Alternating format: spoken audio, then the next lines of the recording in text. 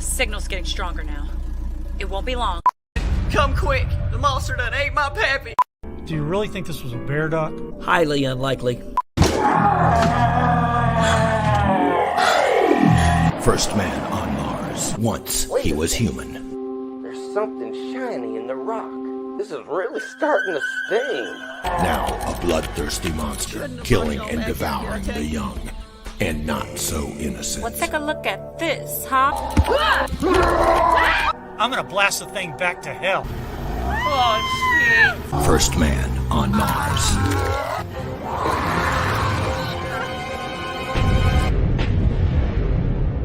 You mean there's aliens out here? Shit, I don't want to get ducted in anal. This film is not rated.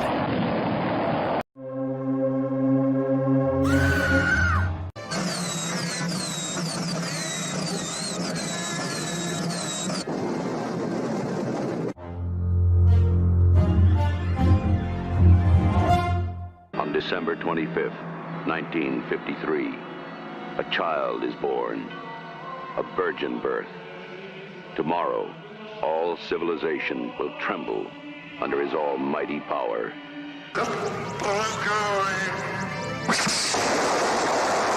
This could all be happening right now, somewhere on this planet. It's the story of a UFO that has landed and visitors from a galaxy light years away. We moved here about 2 months ago, and Ed joins this men's association. Anything that gets him out of the house nights is fine with me. I like to watch women doing little domestic chores. You came to the right town. I want to please him now. I'll just die if I don't get this recipe. Something is not quite right.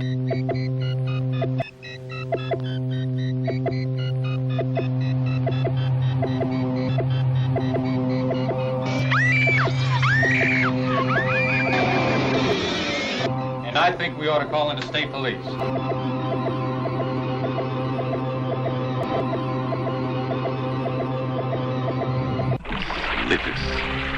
SLITHIS. SLITHIS.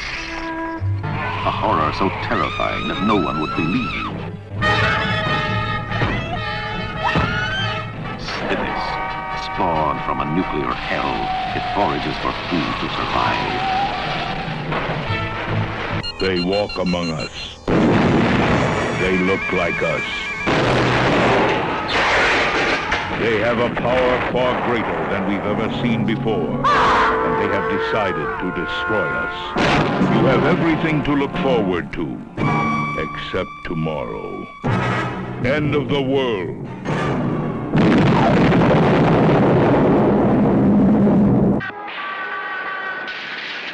Sacrifices to your God are nothing new.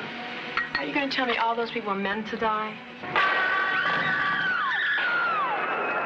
Why did you attack all those people? God told me to. No news leaks. No news period. Laser blast. It will blow your mind. Charmaine changed. Carol Van Zandt changed. She's changed!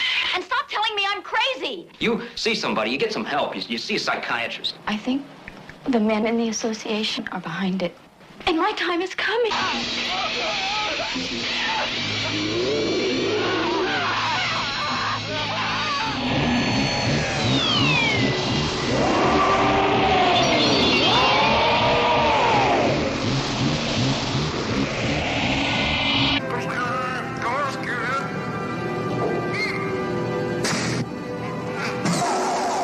It's an adventure unlike anything on this planet.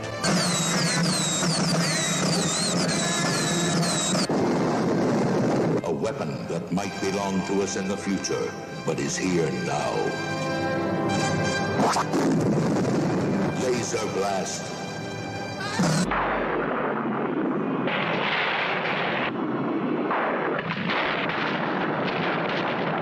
What happened? I don't know, but I don't want to be sitting without power when that thing finishes the chomp. SLITHIS. SLITHIS. SLITHIS. Rated PG. They call him SLITHIS. SLITHIS, faster than lightning. No one at sea is more deadly than he. Yeah, SLITHIS, folks. We're going to be looking at SLITHIS tonight, of course. One of the classic 70s sci-fi horror schlockers. And boy, do we got a few of those tonight. Of course, you did see a bit of Octoman and his, well, I don't know, several tentacles, two of which worked. I wonder why. But in any case, before I forget, since it is 70s sci-fi horror, here's a little bonus.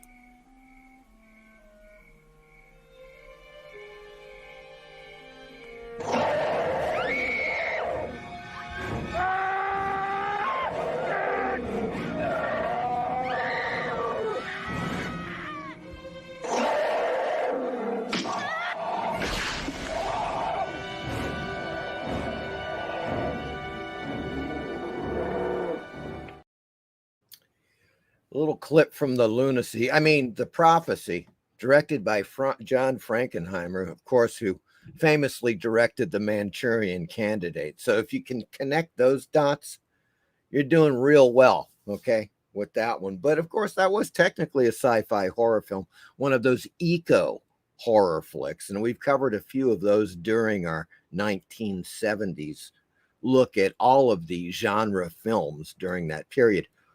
But, of course, you also saw a bit of the Stepford Wives. So, yes, folks, I don't know. Maybe that was like the first women's lib horror movie. I'm not quite sure. But that's in there tonight. Of course, The End of the World, the film that Christopher Lee never wanted to be in. He kind of got roped into that one. He kind of got the old, he got duped. Let's put it that way, folks. And Laser Blast, one of my favorites. Of course, that is Dave Allen animation. You can't beat it. The Tertullians are just so great in that film. So it's quite a lot of films that we're going to be covering tonight in the special sci-fi horror section of the 1970s. Okay. And not only that, but of course, as you very well know, now we were supposed to do it last week. Radamus was upset, but I think he got over it. We are doing it tonight, though, and that is the second installment of the Sci-Fi Horror Book of the Month Club. And folks, tonight we're taking a look at John W. Campbell's immortal Who Goes There, written in the late 1930s, I want to say 1938, and how that stacks up to The Thing from Another World, 1951. Of course, that was the Howard Hawks produced film, and John Carpenter's film from 1982 called The Thing. So that's going to be a big deal. And just as a special thing, since we've actually reached installment number 2, of course, the first one was Island of Dr. Moreau. And I think we had a lot of fun with that one. That was quite nice. I decided to, last week, I made a card. Yes, folks, it's the Sci-Fi Horror Book of the Month Club membership card for everybody. Yeah, that's right. That is right, folks. Check this out. I'm going to share the screen here. Now, this one is the color version. And I'm going to drop the link in the chat right now. All you have to do is save the image. It is 300 DPI, and I'll show you what it'll print out to. I'm going to drop that link in the chat right now. There it is, folks. That is the color card, okay? And naturally, I had to do a black and white card. Why? Well, that's because Horror Mike doesn't have any color ink. So I ended up doing a black and white card, and I printed my own. I'm going to show it to you in a second. So there's the link for that. And this is the link for the black and white card. Okay, right there. So let me remove this for a second. I printed out a test card, right? Here it is. Check that out. In black and white, of course, I do not have a color printer cartridge just now. I probably will never have one. I just, of course, all my stuff is invoices and whatever, stuff like that. So it's black and white. But it turned out really well. As you can see, that is indeed Bela Lugosi, the sayer of the law from Island of the Lost Souls. Only fitting because that was the first one. Of course, Island of Dr. Moreau. And as it says now, I did it's a little takeoff on the Famous Monsters creepy membership cards, So let me get this back on. As it says on the card, this is to certify that whoever is a dismember in bad standing of the Sci-Fi Horror Book of the Month Club and is entitled to all the putrid perks that come with membership. This card is valid as long as the member is living or undead. There you go, folks. Signed by yours ghouly Horror Mike the Librarian, of course. And so all you have to do is take one of these links, whatever you want. That's the black and white one. This is the color one. I'm going to put the color one back up. I think that color one turned out great. If somebody prints it out in color, send me a photo. I'd love to see that in color. But so you got both variations here. And I think that's quite nice indeed. So there you go. There, once again, my card. Going in my wallet, folks. Okay, in case the cops pull me over. And they're like, hey, look, I'm the Sci-Fi Horror Book of the Month Club. Back off, buddy. Right there. So in any case, that's what's going on there. I just thought I'd do it. Sometimes I just get these wild hairs, It's one of those things. Let's get to the chat and say hi, shall we? Good Lord. That's me. I'm haunting myself. James Miller is with us. Hello, James Miller. Good to see you. SLITHIS. They call him SLITHIS. SLITHIS. Faster than lightning. No one at sea is more deadly than he. Something like that. I think that was the theme song, wasn't it? Radamus says, hey, Mike, theaters just released Texas Chainsaw Massacre, the original. And it's being released at the moment. Well, it deserves it, Radamus. Good Lord. I Am One of Us is with us. Hello, Mike, and hello to everyone in the chat. This is going to be a good one. It is going to be a good one. There's no doubt about that. James Miller is still with us. So let's SLITHIS out. Good old SLITHIS, man. Thomas Fairfall is with us. Hello, Thomas. How are you doing? Great to see you.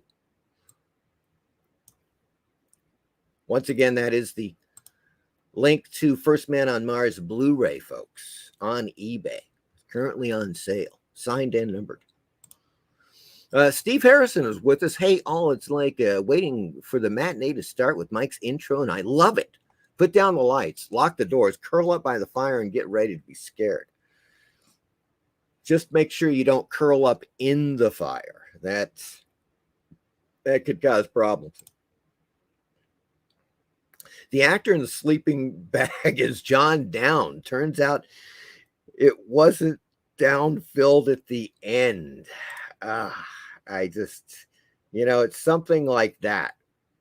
When you put something like that in there, it's painful. Yes, there's no doubt about that. But at the same time, God, what the hell did I do with the thing? I hear it.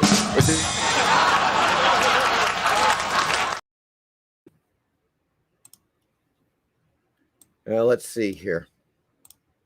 Captain Strangeliffe is here. Hello, Captain Strangeliffe. Hello, Mike and everyone. I'm under the weather, so I'll just be watching and enjoying the show tonight. Great to see you, Captain. And once again, as I had mentioned the last time in our last email, if you're going to be doing a live show sooner than later, let me know. I would be glad to help. Always here to help. That's what I say. Radamus says, Captain Howdy, here, how do you? What the bloody hell? I'm not quite sure. Radamus is. Oh, Captain, how? God, that was weird. That was weird, folks, because I thought that Radamus was literally saying Captain Howdy. Of course, the reference to The Exorcist and The Exorcist 3, which I just watched. Folks, you may not know this, but they've got both versions of The Exorcist 3 on Tubi. They have the one that you guys all saw in the theaters. It was the one out for a long time.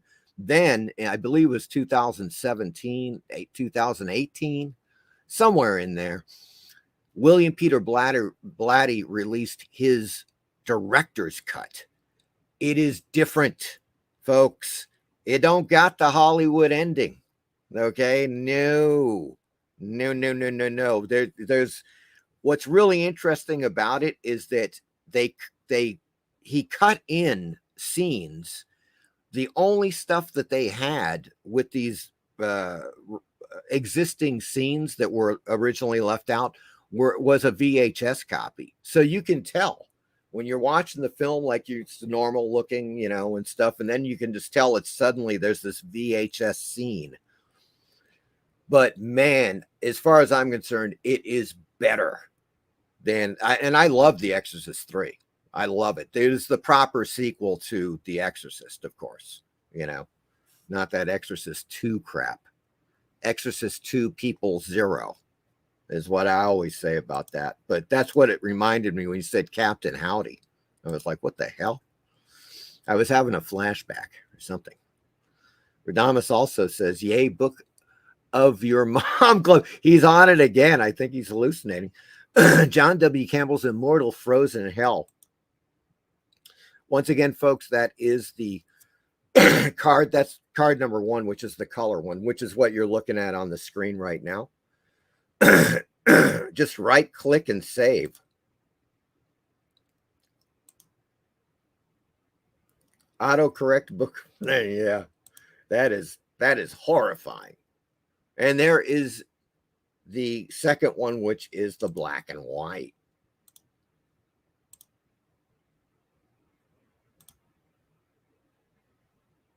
You're welcome, James. Thomas says, Mike, I've got a color printer. I'll print a few sci-fi horror cards and send them to you. Fantastic. Thank you, Thomas. I appreciate it. That is great, man. Excellent. Excellent, my good man. Yeah, they should print out, you know, to this size.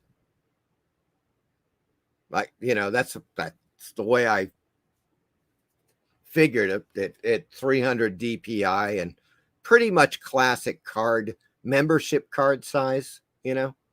Turned out pretty damn groovy, folks. Turned out pretty damn groovy.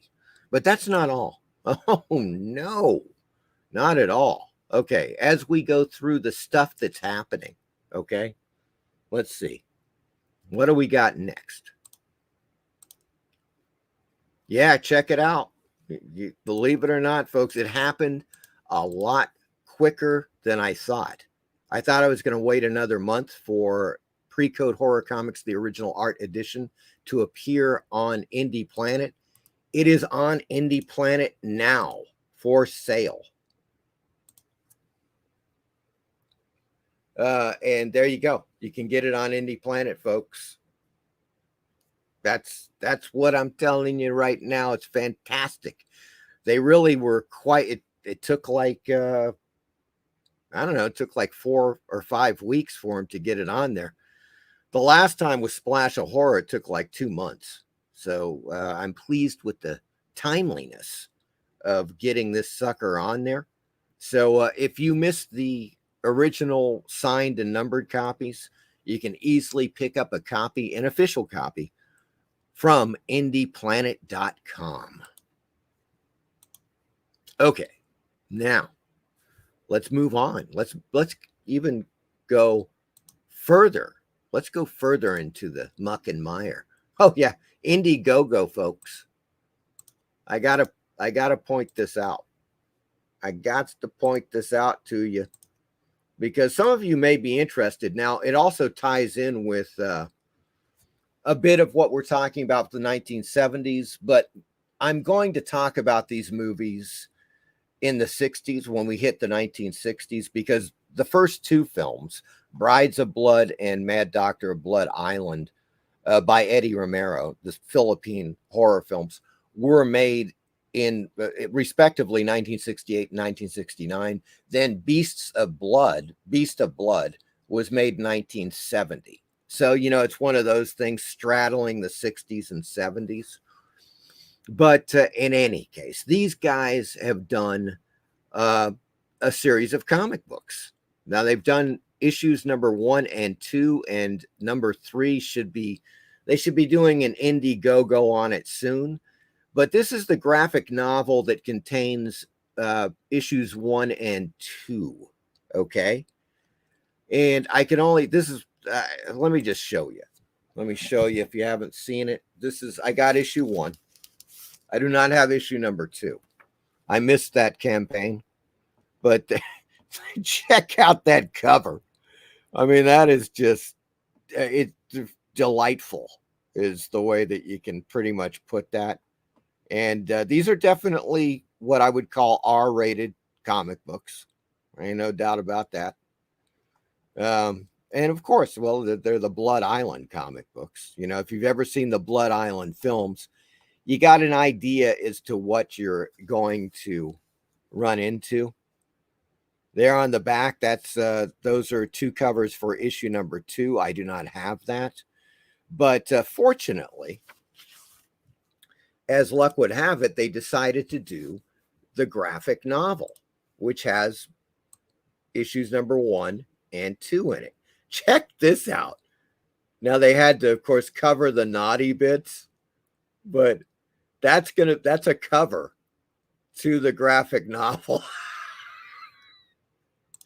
I mean, is that just brilliant or what? They're painted covers. That's the great thing about this too, is that these guys, Steven Sestilli, the artist, all of the covers, to my knowledge, are painted, and he's even selling some of the paintings on here. Check this out.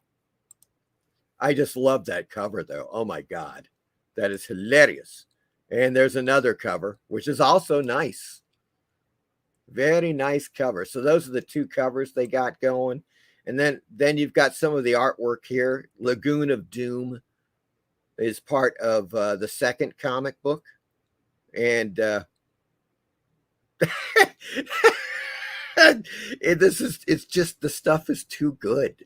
They run into the Fiji, like a freaking swarm of Fiji mermaids in the water. And they promptly start eating this guy. And this is from number 2. Well, we have our heroine from the island battling the creature. This is just some good stuff here.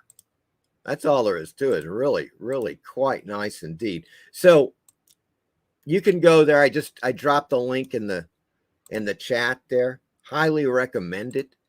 And at the bottom, I don't know if they're still there or what. Oh, yeah, they've got a few. You can also get some of these original paintings, the covers. I mean, holy Toledo, man. Let's see how big that is.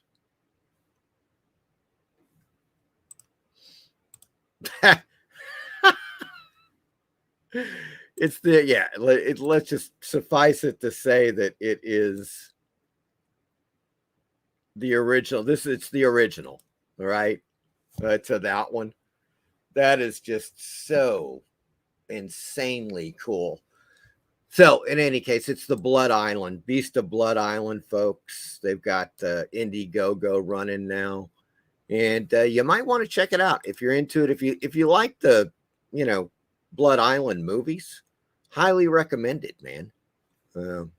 That's all I got to say about that. And moving on, check it out. Now, you guys may remember, I'm going to bring this up a bit because it may be hard to see. You guys may recall Mike from the comic Crypt of Castle Hills. Well, he changed before he was booted from YouTube, and he became the Memory Crypt of Castle Hills. So he got booted from YouTube. He got a little too saucy, folks. Let's just put it that way, and they booted him. Well, he started a channel on Rumble, okay, and he got in contact with me a while back, and so I thought I'd give him a shout out here on the channel, and I'm dropping his link in the chat right now. There's the link. There's the Rumble link for the Memory Crypt of Castle Hills. He has put up dozens of videos in the last month or so. I think he's only been on Rumble for like 5 or 6 weeks, so not very long. And so there you go, folks. That is the Memory Crypt of Castle Hills. He always had great stuff. As a matter of fact, coincidentally enough, he also, where is that damn thing? I was just looking at it. Oh, there it is right here. Yeah. He also had Brian Usna's Tales of Blood Island Kickstarter right there. And that is Steven Sestilli. So there you go. He's on Rumble. Why don't you go on over there and give him a follow on Rumble? I think that you will dig the hell out of his stuff. And yeah, so that's what's going on with the Memory Crypt of Castle Hills. Good to see him still going there. Let's see what the hell else is. I guess that is it. Let me make sure. Yep. I'm all caught up there. Groovy, man. Groovy. All right, let's check the chat again before plunging into who goes there. Who goes there? Hey. Oh, that type of thing. Yeah, where the hell are we? Ah, here we go. James Miller says, nice artwork on that card. Thank you. Well, I just, literally took the sayer of the law. That's Bela Lugosi, and kind of spruced up his head there and made it, put on the thing. But thank you. And it's once again, folks, it's a takeoff on the classic Famous Monsters and creepy membership cards. I even used some of the same dialogue or whatever, some of the same wording on the card, because it's, just that stuff is just too classic, man. You got to do it. Once again, there's Indie Planet, Pre-Code Horror Comics, the original art edition. You can now get it on Indie Planet, folks. That's my book, 126 pages of golden age horror goodness, and a lot of stuff you will not see anywhere else in print. I guarantee you. Dave James is here. Hello, Dave James. Is there a decoder ring and a secret handshake? Only if we can print them out. Okay. Only if you guys can print them out on paper, Dave James. Horror Mike, once again, coming in with a nice, spicy link. And that is, of course, the Indiegogo link for Beasts of Blood Island. Radama says, Mike, yesterday I finished watching Dario Argento's Three Mothers trilogy. What a trilogy. It's, pardon the pun, it is truly a trilogy of terror. Okay. And that remake of Suspiria isn't jack squat in comparison to Dario Argento's original. I mean, give me a freaking break. Good Lord. But I have a question. Is Tenebrae part of the Three Mothers? No, it is not. Unsane is not part of the Three Mothers trilogy, but it's a great one. And of course, that was, I want to say like 82, 83, and it's a great one. I dig the hell out of Tenebrae. A lot of people consider that perhaps his best film. I don't. But in the 70s, it was Argento and Suspiria in particular, and Deep Red, Profondo Rosso, which is It's fantastic, to say the least. Rafael Lopez is here. Hello, Rafael Lopez. Great to see you. Radama says, yesterday I watched Trauma by, okay, yeah, oh, Trauma. Right, 1993, of course, with Asia Argento in there. They chopped off a lot of heads. Piper Laurie is also in that, and Asia Argento. There you go, folks. That is the Rumble link to the Memory Crypt of Castle Hills. Check him out. Rafael Lopez says, Argentinos. Great, man. Argento's Three Mothers trilogy, Suspiria, Inferno, and The Mother of Tears. Yes, Tenebrae is good too. Not part of the trilogy. You are correct, sir. All right, folks. Okay, well, it's that time. It's time for part 2. Before we get into the sci-fi horror films, of course, we're going to talk about Who Goes There, aka Frozen Hell, versus the Thing movies. That is the quest for the first part of the show. Now, you guys may or may, I showed you guys this before. This is the book that I got a few years back. They released this in 2019. This is Frozen Hell, which is really the original story that John Campbell wrote, and then they edited out about 45 pages, and then released it originally. I believe it was in Astounding Science Fiction as Who Goes There. So the 45 pages were lost for decades, and well, they uncovered them and they added them to the story, Who Goes There, and released Frozen Hell. Okay, so the thing, we're going to talk really more about Who Goes There versus the Thing, because the thing about Frozen Hell is this. It's great. Don't get me wrong. I like it a lot. Who Goes There really gets to the point a lot quicker. What you have in Frozen Hell is that it talks about the initial expedition, if you will, to get to the flying saucer and the creature buried in the ice. Right. So that's how it begins. There's a whole, chapter or 2 chapters, maybe even at least 2 chapters, the first 2 chapters, where they're actually digging the creature, the block out, of the ice and hauling it back to the station. So that is not in Who Goes There. In Who Goes There, they've already hauled the thing back to the station, and it's on the slab, and it's, thawing out, as it were. So there's a big difference there, right? And there's also there's a bit more character fleshing out with Frozen Hell, naturally, because it's 45 pages longer, But I think it's better to take a look at Who Goes There and compare that to, for instance, to John Carpenter's The Thing. Now, look, we can talk about The Thing from Another World. That's Howard Hawks. I love that film. I don't know about you guys. That's the 1951 Howard Hawks produced film, The Thing from Another World, starring James Arness as The Thing. Bears little to no resemblance to Who Goes There, Frozen Hell.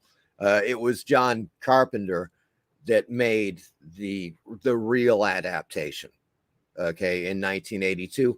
I don't blame Howard Hawks in 1951 for doing what he did. They couldn't have done this. There was no way in hell were they going to do Who Goes There as a direct adaptation in 1951. There simply wasn't the technology. There wasn't the makeup effects technology in 1951. And when the 70s rolled around, especially late 70s going into the early 80s, John Carpenter knew it. He knew that there were effects artists. You had Rick Baker, Rob Bottin, Tom Savini, that were doing stuff nobody else had done previously. They were getting realistic with a lot of special makeup effects.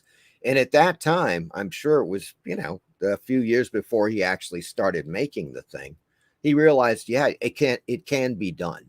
It can be done. The effects can be done to achieve more of the book, more of the way the creature is, the way it interacts and assimilates humans and so forth. There is one thing, though, that is not part of any of the films, and that's this creature. This creature in the book, as you guys, I'm sure, are quite well aware, this one is supposedly the original life form. This is what the alien from the spaceship supposedly looks like, and this is what they found in the block of ice. It's a bluish creature with 3 angry eyes, and it's got hair, as you can see in the back there, hair that look like tentacles or snakes coming out of its head. And it's only like 4.5, 5 foot tall, right? That's it. But of course, it's one mean mother. I mean, about that, as they discover in the book. So that's one thing that, okay, in the book, what's going on is that, the block of ice thaws. This guy, of course, is left on duty. He falls asleep. Block of ice thaws out. Creature escapes, right? And when he escapes, he looks like that. He looks like this freaking 4.5 foot tall alien monster with 3 eyes. And so that is a kind of a profound difference between the original book and John Carpenter's The Thing, or the prequel, the 2011 film. They never get into this, they never really talk about it too much. And the thing about John Campbell is that he was what you could call a scientist. I mean, that's what he was definitely studying, engineering, science, and everything, when he went to university. So when you're reading Frozen Hell or Who Goes There, he throws out some, scientific facts, and it's really quite interesting when he's talking about Antarctica, and so forth, the Aurora Borealis and magnetic fields. He really gets into it a lot more than Carpenter does, or any of the films, naturally, because you don't want to have a 10-minute scene where people are just like talking about dry science stuff, and it kind of happens in the book, but the way that he does it, I think, is very interesting. I liked it as part of the book. I do not think it would really work in a film. I think it would drag a film down, and Carpenter did the right thing. He just has like snippets of stuff when the scientists and the doctors are talking about their Blair is dissecting the thing. I think they do it very well. They explain it very well without getting too dry. You don't want that. That's just going to destroy your movie. Interestingly enough, too, of course, Carpenter kept most of the names of the characters. MacReady is the main character, as he is in Who Goes There and Frozen Hell. You've got Blair, you've got Copper, you've got a ton of the original characters are translate over to John Carpenter's The Thing, so that's quite cool, so I'm going to kind of hold on right there, and let's go to the chat and see what people are saying about this, because there's things like going towards the end of the film. Obviously, there's variation with that, and I think everybody here has seen The Thing, John Carpenter's The Thing. You may not have read the book, but there will be spoilers. Let's just put it that way. Let's see here. Okay, we have Steve Mayers is here. Hello, Steve. Great to see you. Okay, Radama says, here are your notes on The Thing and its related works. Okay.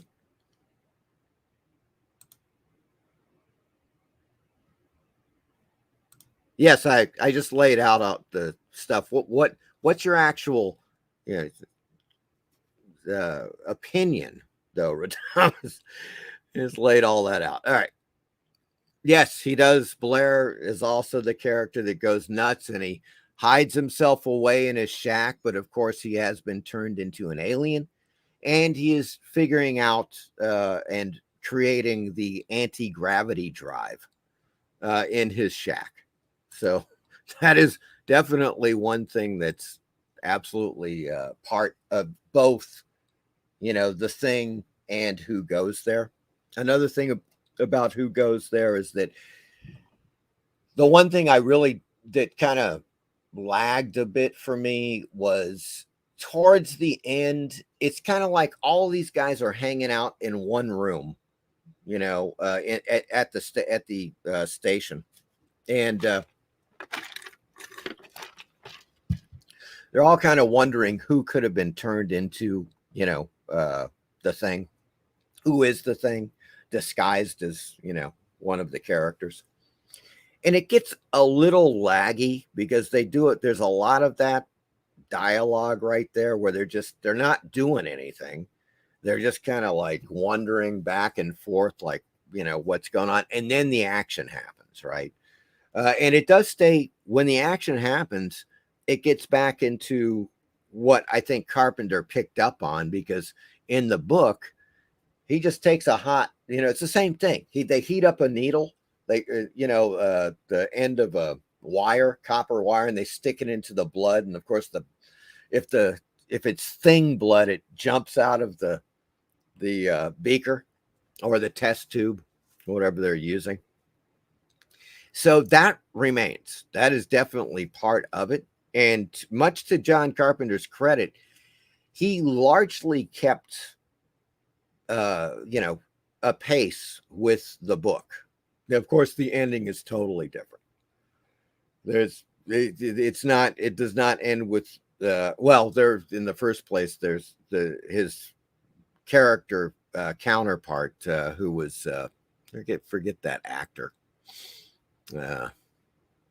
Really quite good.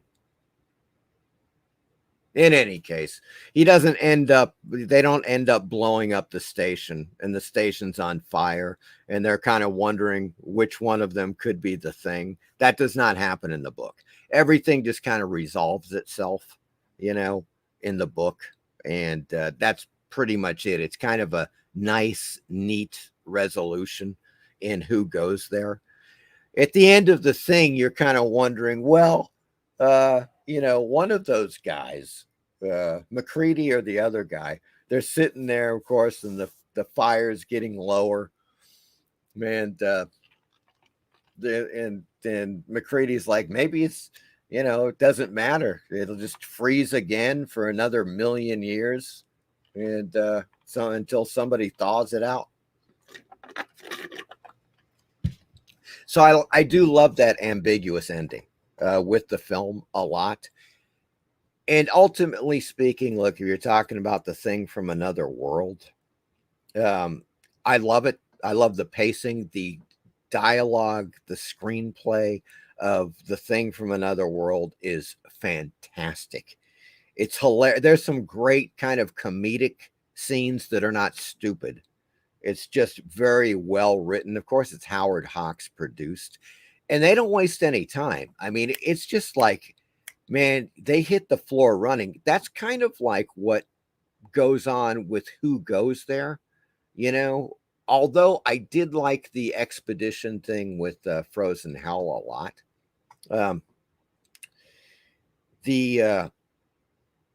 Of course, they just had to have a creature frozen in the ice that's just an alien, and the alien is attacking the people, at the station, and they have to figure out a way to kill it. It's not assimilating anybody. It's not turning people into one of itself or anything like that. It's just a creature.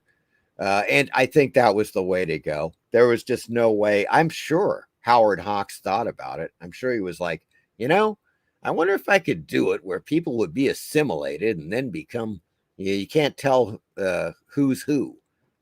But then he realized reading it, there was just no freaking way, technically speaking, that they were going to be able to do that in 1951. So I think he did the next best thing. And that's why The Thing from Another World remains to this day as one of the classics of science fiction horror.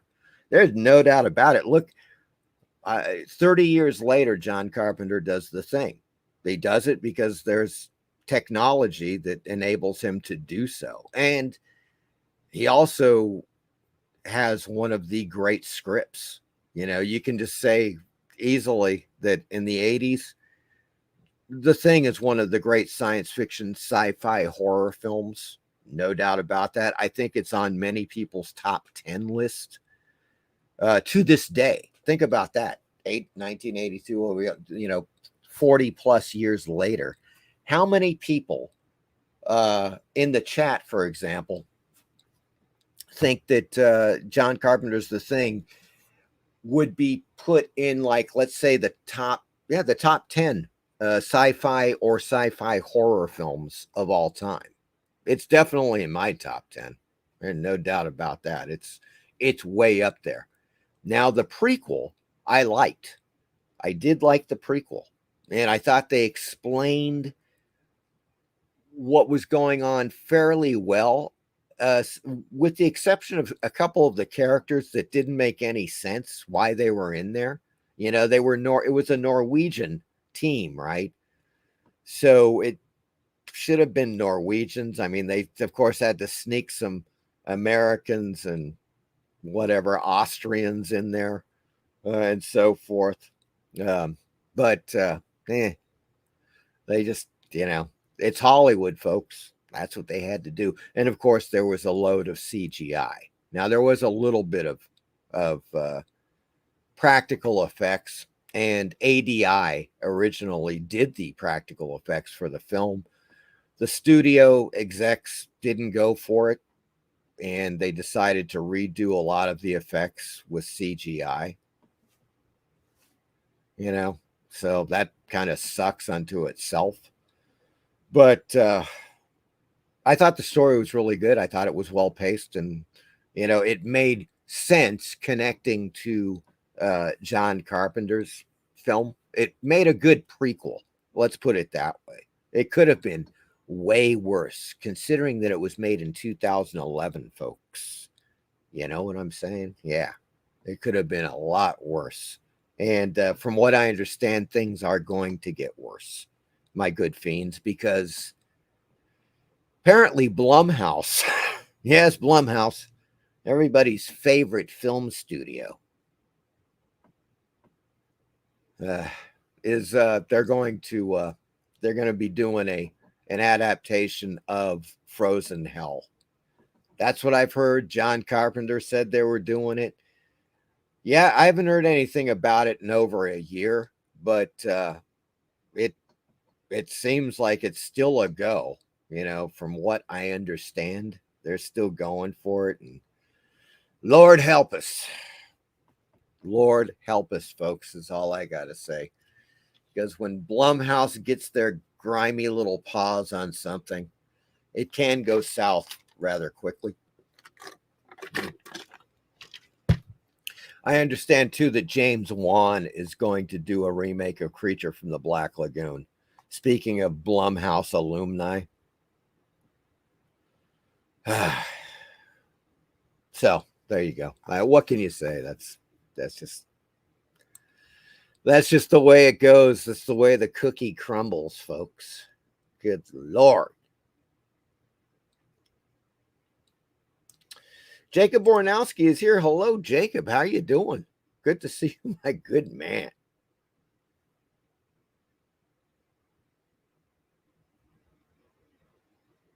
Okay, what? In Frozen Hell, we find...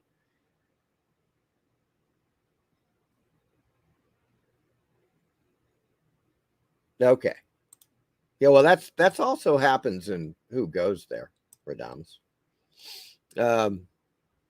Steve Harrison says, we talked before a bit about the parallels with the blacklisting of Hollywood, kind of like the Paranoia in a few 50s flicks like Body Snatchers and Invaders from Mars. Yeah, absolutely. Yeah, and those were, you know, these 50s Paranoia films And that was an interesting thing too, because they could have, I bet that Howard Hawks was trying to think of a way to do that angle where it was like, okay, who's human and who isn't?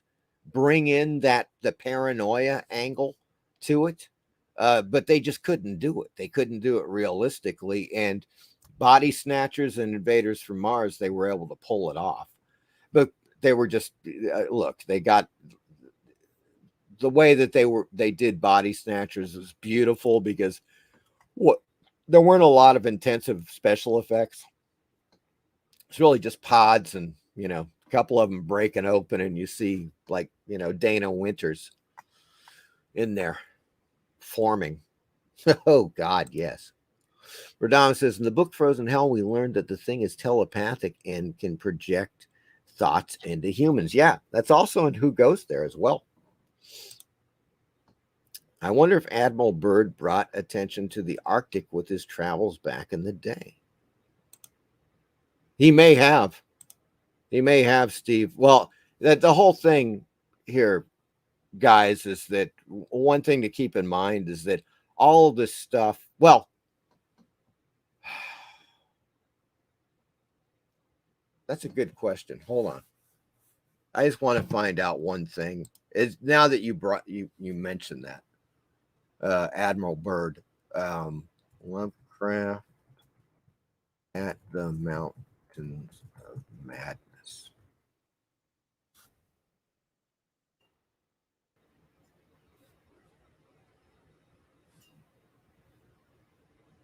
Oh yeah, 1931. Right. Yeah, so I just wanted to make sure of that.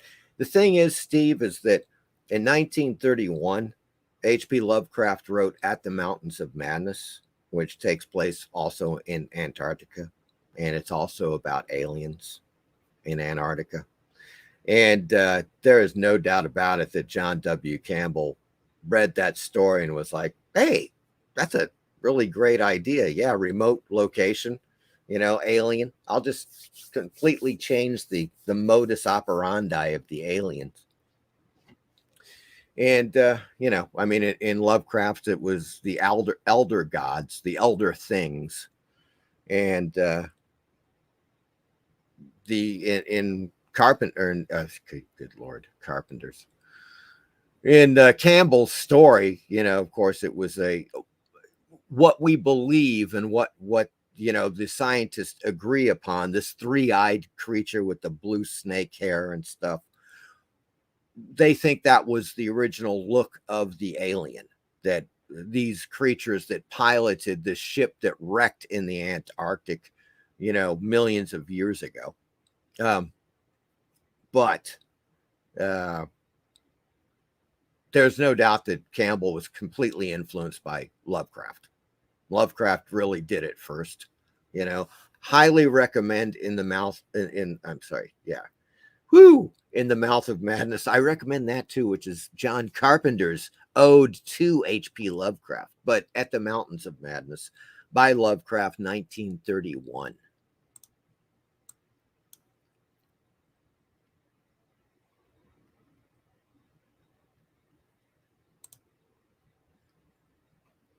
Oh, okay. Differences in the film version from Frozen Hell.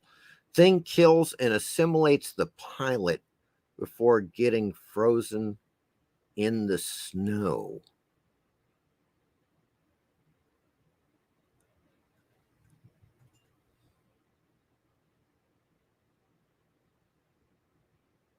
Not quite sure I follow. You're talking about the alien pilot, Radamus? Is that what?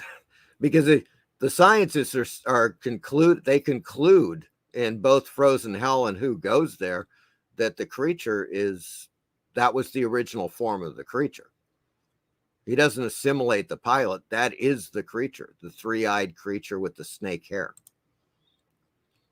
Steve Harrison says, I love the element in the thing of not knowing or trusting who's who, a refreshing take on the whodunit. So it's got that going for it. Apex Comics is here. Radam says, in the 2011 prequel, instead of using the hot needle, That is true. They do that, Radamus. They check the fillings. Rafael Lopez says, the creator of the effects in the Thing prequel were so unsatisfied with their work being replaced by CGI, they made another film called Harbinger Down, which I liked. Yeah, as a matter of fact, I did a, what did he say that? I donated to that campaign, Raphael. And I've got, you're going to dig the shit out of this, Raphael. Check this out. Hold on, guys. I got to get it out now that he's mentioned Harbinger Down.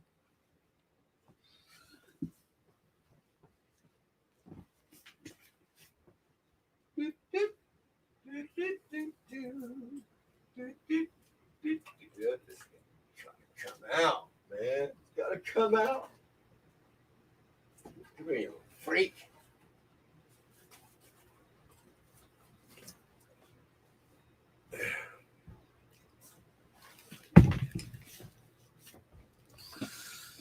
Oh, Lord.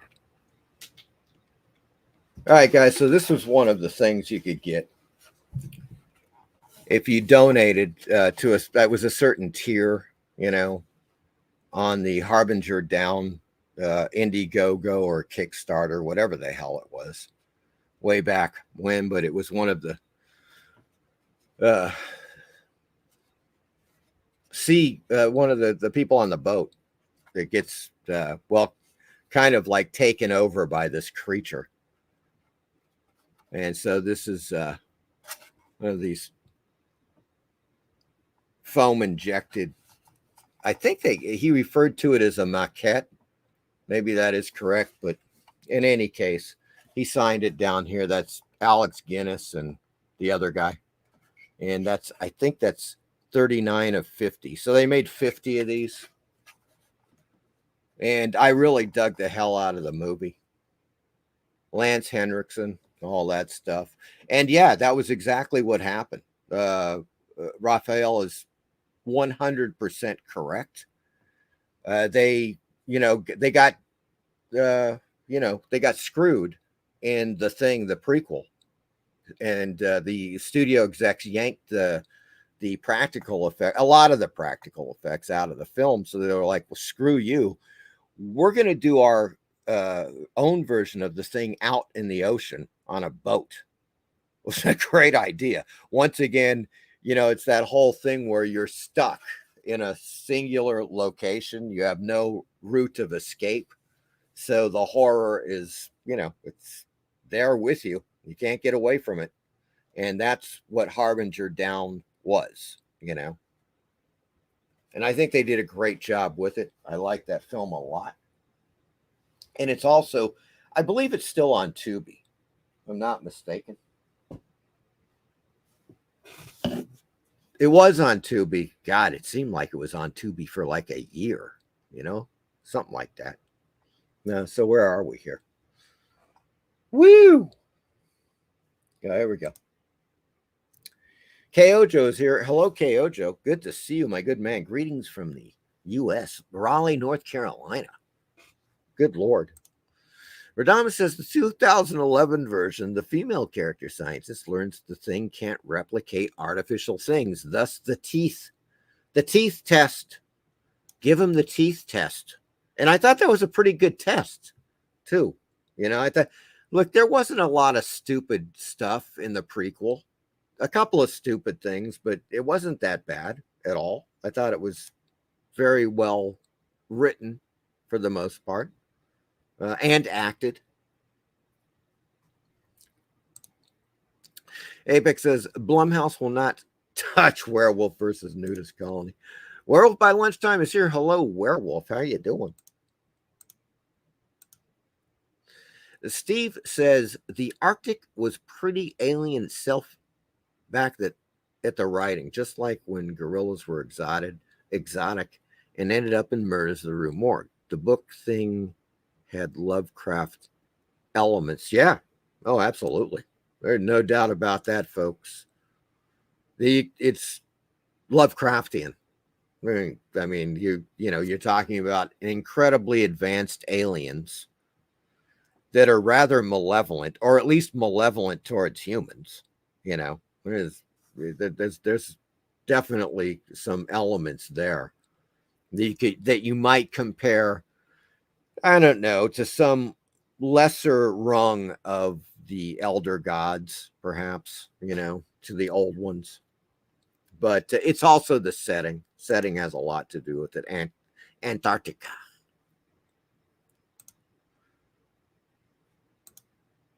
Captain says, Thing from Another World is definitely up there with my favorite sci-fi horror movies. Frankenstein, 1931, yes. Dr. Jekyll, Mr. Hyde, 1931. Invasion of the Saucermen, 1957. War of the Worlds, 1953. Yeah, there's a little bit of, I'm not sure. And we had this argument before. I think we were talking about sci-fi horror films, or books. And I'm not sure that I would include War of the Worlds as sci-fi horror. Other people argued that it was, but I'm like, well, look, you've got like, there are other stories, like for instance, I give you guys a good one. Robert Heinlein, Starship Troopers. I don't consider that sci-fi horror. I consider that total science fiction novel, right? What is it about? Well, it's about these really nasty bugs, alien bugs that are just wiping the hell out of humanity, in horrible ways. So, that alien invasion thing, in that sense, it's kind of more like almost, something like sci-fi war film or sci-fi adventure type of thing. I love it though. The 1953, George Powell, War of the Worlds is fantastic. Still the best version. There's no doubt about that. I think a lot of people would agree. It is still, the Tom Cruise thing. No, I was like, I don't know about you guys. Maybe some of you have seen that Tom Cruise version, but when the aliens are zapping the humans and their clothes are flying in the air, I was just like laughing. I thought it was the funniest. I thought it almost reminded me of a commercial for like a laundry detergent. Remember that, when the clothes fly in the air and it's like lemony fresh, something like that. And it just wasn't very good. But War of the World, the 1950s version, very grim, and at the same time, of course, it's it's got, at least it has a kind of an uplifting ending after all of the trauma of War of the Worlds. Radama says that maquette looks like Cthulhu. Yeah, it does have a Cthulhu thing, and those guys love, they're Lovecraft fans. Look, with a lot of these, and I just did a video about Phantoms, that 1998 film that was based upon the Dean Koontz novel. Perfect example of sci-fi horror, and also very Lovecraftian, except for the entity does not come from outer space. It comes from inner space. It comes from inside the earth, deep inside the earth. But it's, once again, the tentacles are out. That's what we're talking about. And indeed, it does have that total, it kind of has a Shadow over Innsmouth vibe to it. So there you go. Very cool, very cool. Let's get back to the chat. I was going to say debatable on War of the Worlds, but YouTube limits me on words. Okay. Leslie Russell is here. Hello, Leslie Russell. I don't know have you been here before? If not, welcome to the show. Before Thing from Another World, there was Bram Stoker's The Last Voyage of the Demeter. Yeah, being trapped on a ship. The remote. And I think it's Steve Harrison pointed out as well, it's kind of, there is a certain thing about the old style murder mystery where people are like, let's say, trapped in a house, trapped on an island, whatever, and people are getting killed off, and it creates a certain amount of paranoia. Nobody knows who's, the killer or killers, stuff like that. So that kind of subgenre goes way back, way the hell back, and it's just kind of mutated through the years. Steve says George Powell even knew to get Ray Harryhausen involved in it. Not sure if any of his stuff was used. Yeah, that animation stuff is fantastic, but I don't think they used any of it.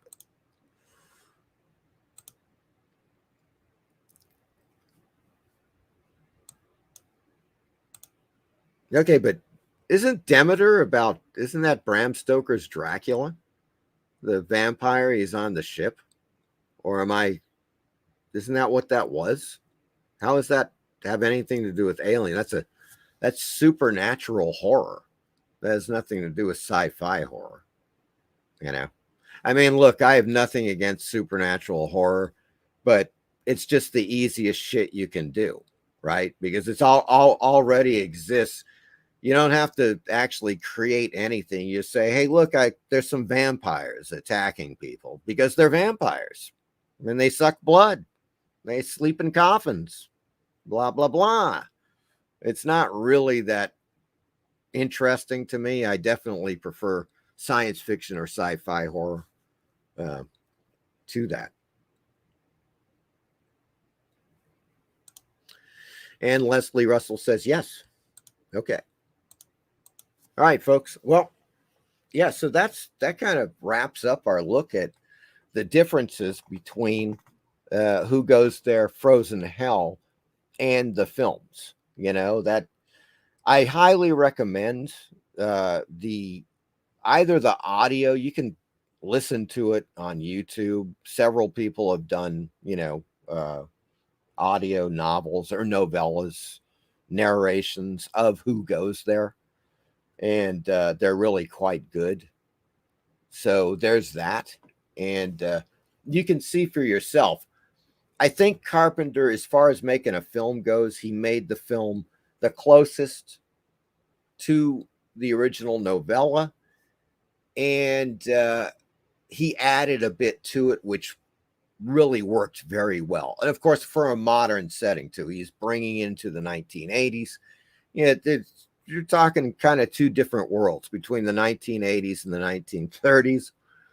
Dialogue was different. And when you read the story, man, it's great. I love the dialogue, but it's 30s dialogue, right? You expect Spencer Tracy to come walking in. Spencer Tracy could have been in, easily in Howard Hawks' film. There's no doubt about it. I'm not saying the casting in that film is fantastic, but that type of thing, that dialogue is in Frozen Hell and Who Goes There. And it's good. It's great. It's 1930s pulp fiction dialogue, and there's some snappy lines, some really great stuff that happens in it. I think that there's a soft spot towards the end before the action picks up again that is not so interesting. They kind of milk that. I think John Campbell milked that a bit. Whereas in John Carpenter's The Thing, he just keeps going. It's like he's building layers of suspense and tension upon other layers because other things are happening. People get separated. People are like, yes, well, we need to stay together. They can't, because there's all kinds of chaos going on in this station, right? And so inevitably, nobody knows what is really going on. And he keeps that level of suspense going. You may notice in that film that it never lets up. When is there a time in that film where after shit, actually, even from the beginning, they're in the playing in the recreation hall. Here comes the dog. They're shooting at the dog. They kill the Norwegians. They go back to check on the Norwegians. They find the freaking ice. The whole thing, it just keeps going. There is not one scene where they're just like kind of sitting around pulling their puds, you know, talking about utter bullshit. It doesn't happen. You know, it's just absolute driving force all the way through that film. That's why I love that film. Unbelievably, that film bombed at the box office. It was a box office failure. The Thing, John Carpenter's The Thing. It wasn't until years later that people were like, hey, wait a second, this is one of the greatest sci-fi films of all time. What the fuck? Why the hell did it bomb so badly? And now it's just considered tops. You know, there's no doubt about it. It's, you know, it's on many people's top 10 list, or at least top 20, you know, and there's a lot of science fiction films and sci-fi horror film. You guys know that, my good fiends. John Carpenter, man, he just, with The Thing and In the Mouth of Madness, both of those films are American cinematic classics. There's just something about them that, like, I'm talking about Orson Welles level. That's what I'm saying. Easily fucking Citizen Kane level. You could say the Citizen Kane of sci-fi horror or science fiction. That's where Carpenter got to in film. There is no doubt about that. The guy, you could tell that not only, you know, did he understand the novella, John Campbell's novella, he understood it thoroughly. He understood Lovecraft thoroughly. And so when he made In the Mouth of Madness later, God, you know, in the 90s, you're watching that film. It's not based upon any Lovecraft story, but Lovecraft surrounds that film. It's just through and through Lovecraft. It's beautiful. It's just a work of genius, you know. That's all there is to it. John Carpenter has hit the nail on the head more than a few times in cinema. But for me, those are the two biggies. I mean, I love They Live. I love The Fog, for Christ's sake. I just love that freaking movie. But those two in particular, The Thing and In the Mouth of Madness, are something else. Yeah. Let's see what we got here. Steve says, it is but the idea of the crew getting wiped out by a vampire is similar.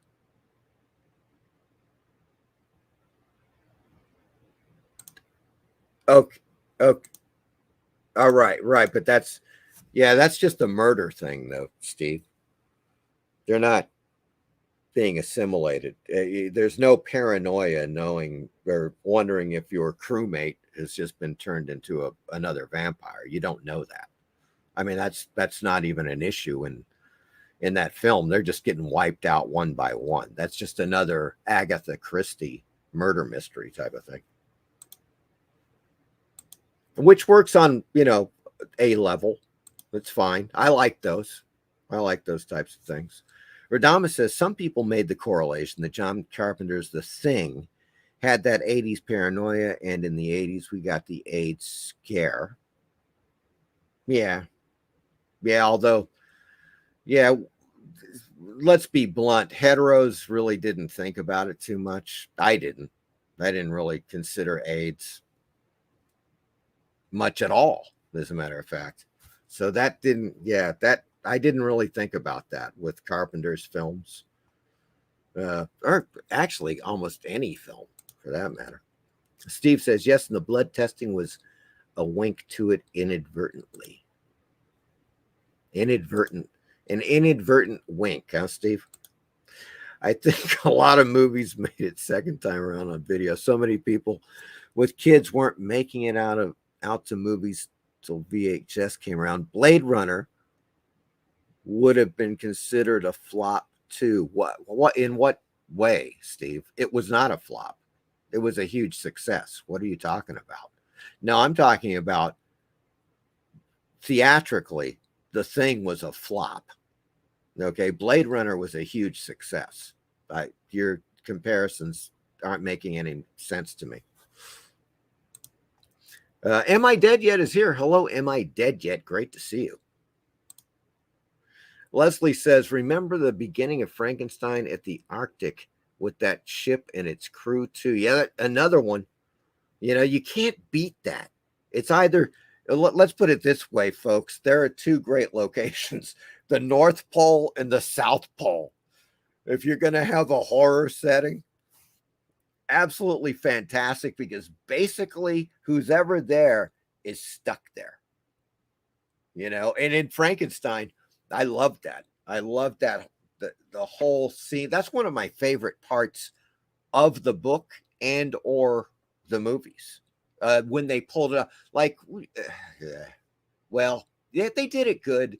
Look, they did the Arctic stuff really well in, what was it, Francis Ford Coppola's, was it Frankenstein? Mary Shelley's Frankenstein, Coppola.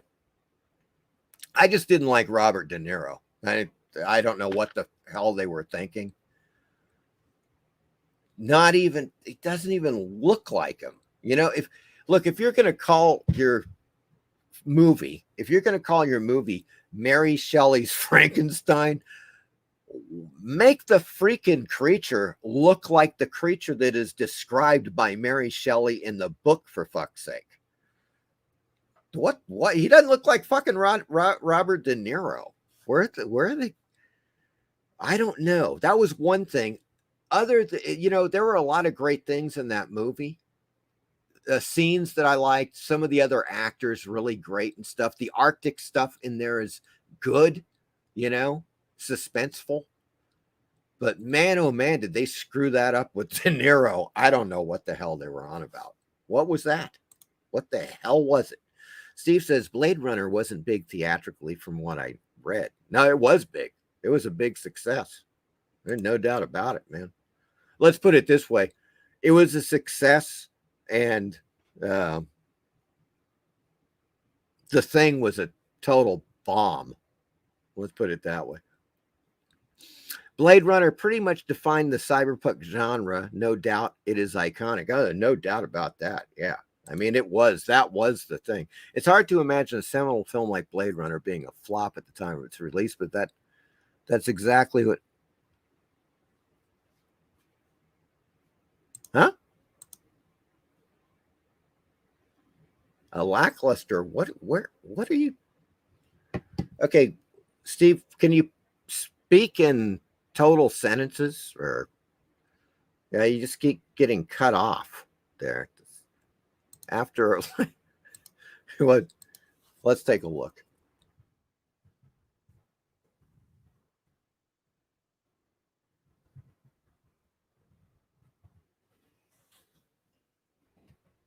Hold on. Oh, there it is. Box Office Mojo.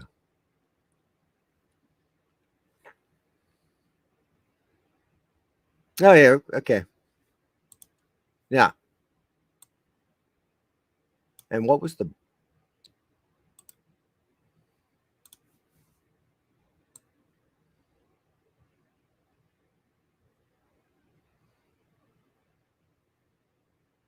Okay. Blade Runner budget.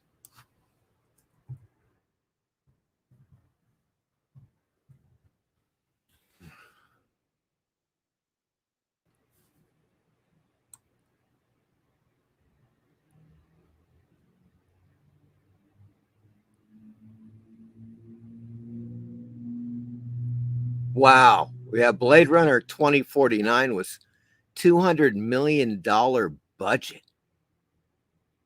Holy shit. Whoa. Oh, here we go. Let's take a look at this.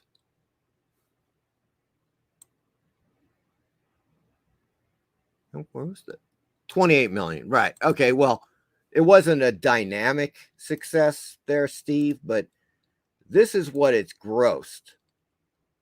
worldwide. This was its cost, 26 million. It grossed 41 million. So that's not a tank by any means. That's not a flop. Not at all.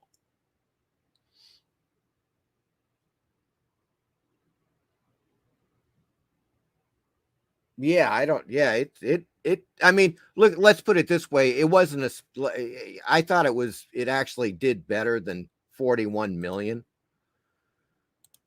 But yeah, the Thing was, I believe the Thing was a $12 million budget, which was big, 1982. Consider once again, and considering what it wasn't, God, when you consider Blade Runner, right? You would expect double the budget. The Thing didn't even make, I don't think it even made 6 million on its initial release.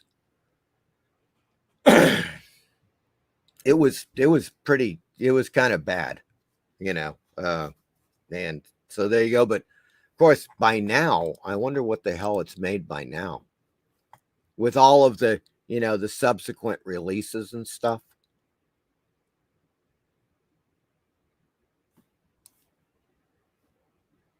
I don't know. That would be interesting to find out, though.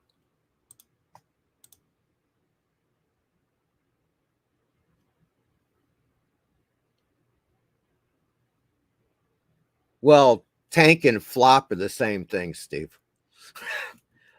Maybe they mean different things in Canada, but here in the United States, if a film tanks, it flops.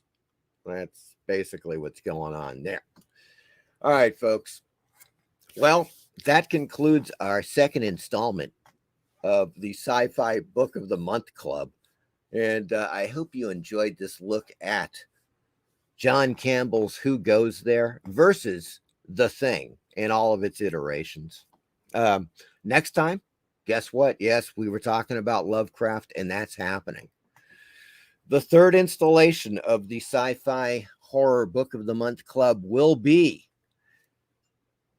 H.P. Lovecraft's The Shadow over Innsmouth, which, of course, was made into a film in the early 2000s by Stuart Gordon called Dagon. Now, his film is a combination of both The Shadow over Innsmouth and Dagon. And it is, as far as I know, it is the only attempt at Shadow over Innsmouth as far as an adaptation. But boy, is it one hell of an adaptation. I would assume that a lot of you guys have seen it. Dagon, Stuart Gordon's. If you haven't, check it out. It is on Tubi. And if you have not read Shadow over Innsmouth, it is one of Lovecraft's greatest stories. It's a novella. It's not that long. I want to say it's less than 80 pages, but it is fantastic. So that will be the third installment. Let me take a look at what's going on. Okay. Oh yeah. So in about a month, then let's keep it on the month pace. It would be Friday, September the 6th. So we got about a month. But think Shadow over Innsmouth, Dagon, which are the two H.P. Lovecraft stories, and then Dagon the movie, which is Stuart Gordon's adaptation of those stories. That will be the third. Oh yeah, there's a couple of Lovecrafts that have been made into films that we'll be taking a look at. It gets a little tricky with that because the idea of sci-fi horror, you kind of have to keep along those lines as opposed to veering off into any supernatural stuff. But we'll do it. We shall do it. Good Lord.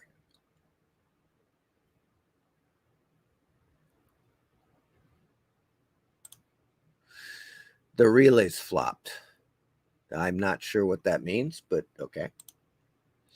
Who Asked Holly is here. Hello. Who Asked Holly? How are you doing? I look forward to it. Good. Excellent.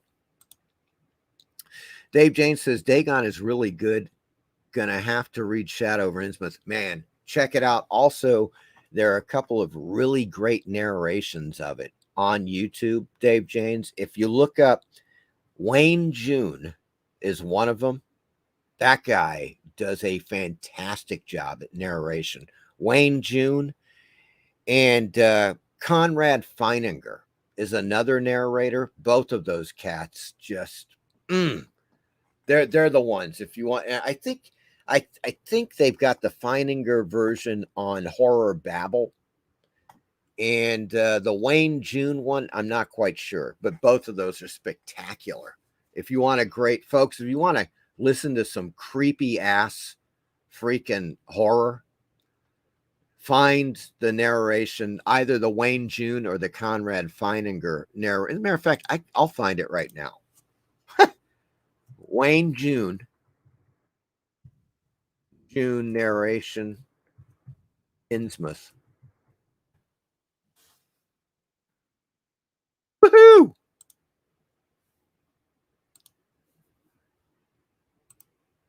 I just want to make sure the sucker is it.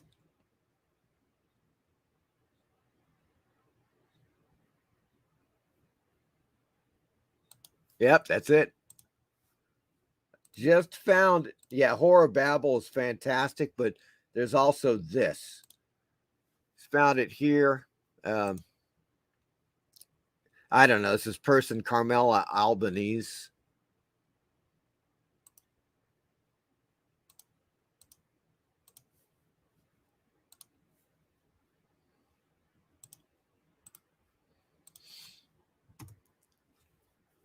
There are a few, but the way this is Wayne. The Shadow over Innsmouth by H.P. Lovecraft. Read by Wayne June. 1. During the winter of 1927-28, officials of the federal government made a strange and secret investigation of certain conditions in the ancient Massachusetts seaport of Innsmouth. The public first learned of it in February, when a vast series of raids and arrests occurred, followed by the deliberate burning and dynamiting under suitable precautions. There you go, folks. That's just a little taste of Wayne June doing Shadow over Innsmouth, which will be our next Sci-Fi Horror Book of the Month Club. Oh, yes. And that's going to be in September 6th, Friday night, September 6th, folks. And if you haven't seen Dagon, highly recommend it. I love that film. It does definitely, look, it veers off from Innsmouth a bit, but essentially, I mean, it's got the absolute atmosphere of it. There's no doubt. Stuart Gordon is another guy that understood Lovecraft. That is an absolute fact. You know, he just had to add his own Stuart Gordon influence into the whole thing. As you guys know, if you've seen Reanimator, for example, or From Beyond, you know what I'm saying. But he's just Stuart Gordon, man. Stuart Gordon. Okay,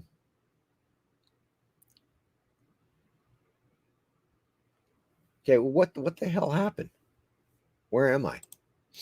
Oh, Leslie Russell says, okay, did we get this?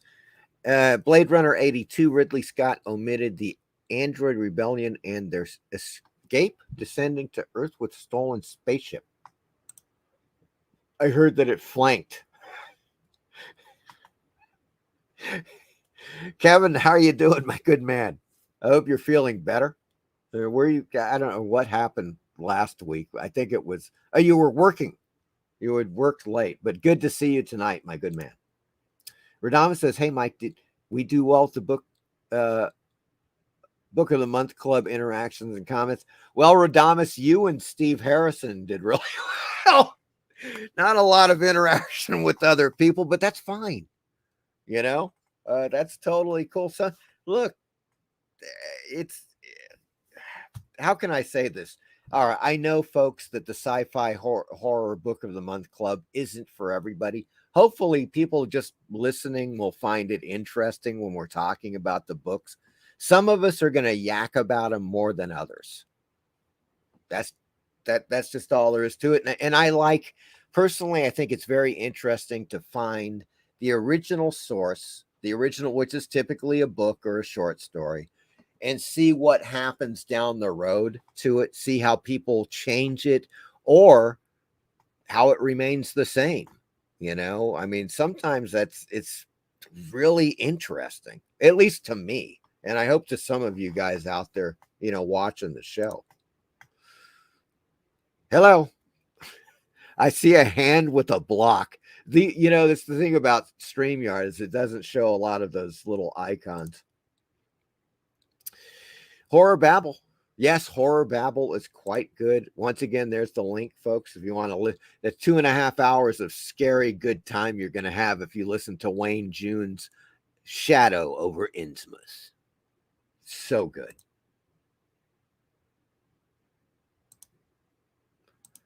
Hey, who asked Holly? I don't know. Who asked Holly? Hey, first base. I know, something like that. There's a thing in there. Yeah, Wayne June is one of the best, man. God, he's so good in particular. You guys, all right. Hold on. Just give me a second, guys. Check this out. Oh my God. I got to play this because you're going to dig the shit out of it. Oh, this is good.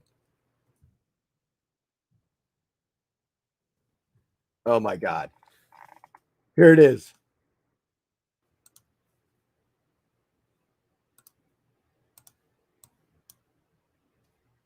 Are we on? Nope. Okay. Sorry. Bloody balls. You got, okay. So this is Wayne June, right? And it's the Amazon Echo. You know, that little device you can have in your house that answers questions and shit. When it first arrived from Amazon, I didn't know what it was. Is it for me? It's for everyone. It's called Amazon Echo. How's it going? I'm just finishing up right now. Is it on? Oh, it's always on. Can it hear me right now? Nope. It only hears you when you use the wake word we chose. Alexa. It's passed since I sent that letter. You actually don't have to yell at it, okay? It uses far-field technology, so it can hear you from anywhere in the room. So it can just hear you anywhere? Yes. Well, everyone can hear you anyway. Oh, is that where we're going to put it? I was thinking of putting it there, but it works anywhere. It updates using the cloud. That's also how it gets its answers. Just read that off the box, huh? Dad really likes the Echo just plugs in. The center of cosmic unrest. Alexa, give me my flash news briefing. More arrive, foolishly seeking fortune and glory in this domain of the damned. What did the dog say after a long day of work? What? Today was rough. Get it? Get it? Yeah, I get it. Another one. Echo loves to play music and knows a lot of songs, and they always sound great. Alexa, play my dance mix.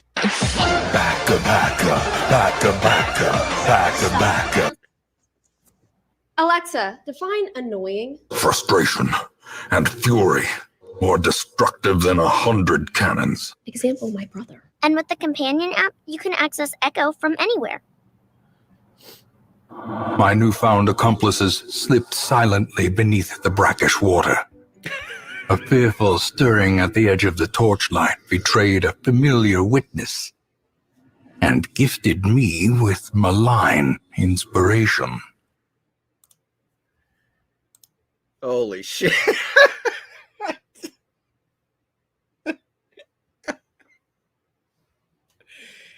Oh, God. Folks. I love it. I just freaking, okay, that's Wayne June. Okay, now what they did, of course, is they took the real ad for the Amazon, what's it call it, Echo. And they just took stuff that Wayne June had already, you know, those are lines from H.P. Lovecraft stories and so forth. Some genius just put them together on this freaking, I would love to have, if Echo was like that, I would get that. I would get that in about 2 freaking seconds. Okay. That's what I'm talking about. Let's get back to the chat. I'm sure a few people have chimed in. Oh, it's killing me. Radamas says, I just put Dagon on my Tubi. Yes. Oh, you got to check it out, Radamas. I love Dagon. Macarena Gomez is great in that movie. Yes. There's also a great Japanese made-for-TV Shadow over Innsmouth movie. What? Is it a direct adaptation, Raphael?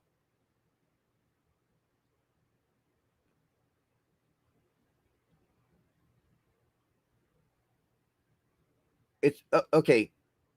Do you know what it's called? Is it called Shadow over Innsmouth? I gotta watch it. If that's the case, it's going to be part of our Sci-Fi Horror Book of the Month Club when we take a look at the novella versus the films. If you can, let's see. Let's take a look. Shadow over Innsmouth, Japanese TV. Let me see if I can find it.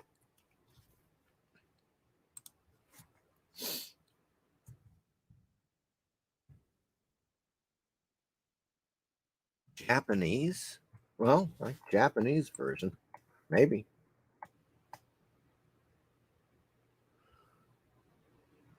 Okay, is it? Oh.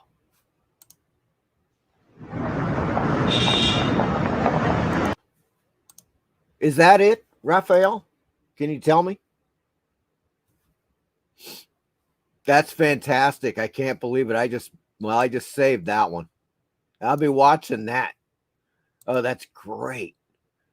Yeah, the Japanese have an affinity for Lovecraft. It's very interesting. There's, a few artists. Tanab Gao has done some amazing graphic novels based upon Shadow over Innsmouth, at the Mountains of Madness, Dagon, and a couple of other ones. Like really good stuff. Really good stuff.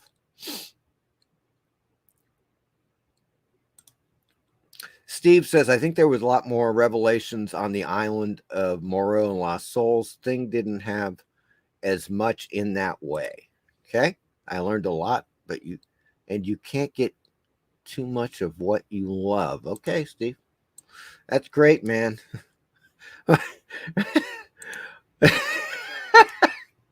This must be the echo commentary. Yes. I love it, man. I've got to yeah, I've got you, no doubt. You're absolutely right. That it's just the freaking greatest. Oh my God. If they had one like that, I would get it. That would be brilliant. Yeah, I've never had one, and I would never normally have one. Am I dead yet? I mean, they kind of like repulse me. But if it spoke like that and told me shit like that, I would get it in a second. Yes, I'm sold. Oh my God. Maybe somebody will like I guess you could, right? You could reprogram an echo. Sure. I guess it would be it would take some time, but you could do it.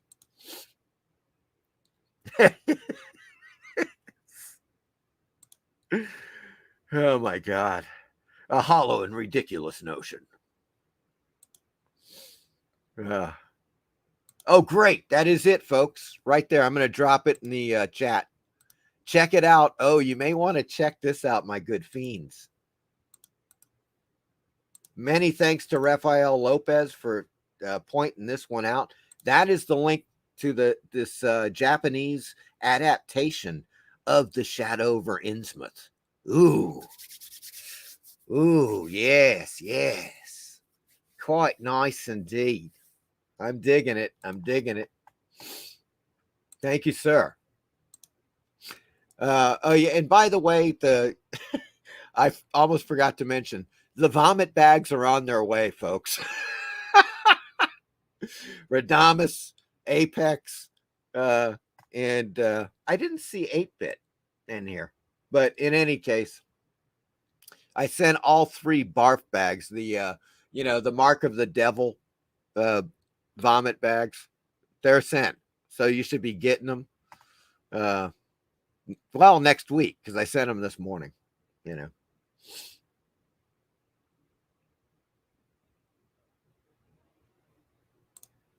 Steve says, I have a voice activation for my fry stick. And one night I asked for something in a raspy voice and with a cold, and it whispered back to you. Yeah, good. Good. That's quite nice indeed. All right, folks, let's get to it. I know you've been waiting.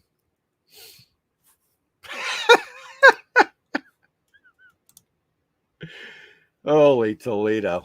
Oh, my God. We got a few here. I knew the thing would kind of run over, but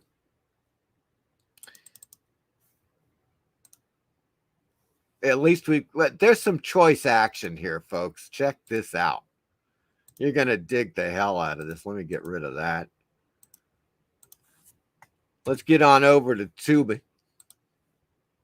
Yeah, crap.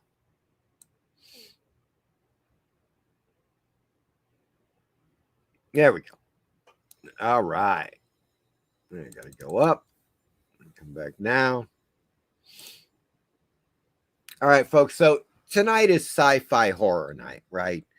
And when I was looking on Tubi, I kind of found a mix. Now, currently on Tubi, they also have the 1978 Philip Kaufman adaptation version of Invasion of the Body Snatchers with Donald Sutherland. And it's great. Of course, you guys have seen it. I'm sure you'll love it. But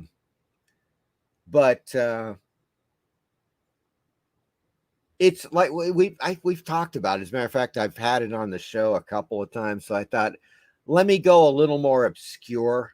You know, let's get to some stuff that maybe some people have never even heard of.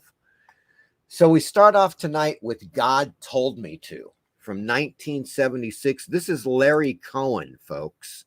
Now, Larry Cohen, you may recognize the name from, he did Q, the Winged Serpent. Fantastic, great stop motion animation. It's Alive, fantastic mutant baby monster film.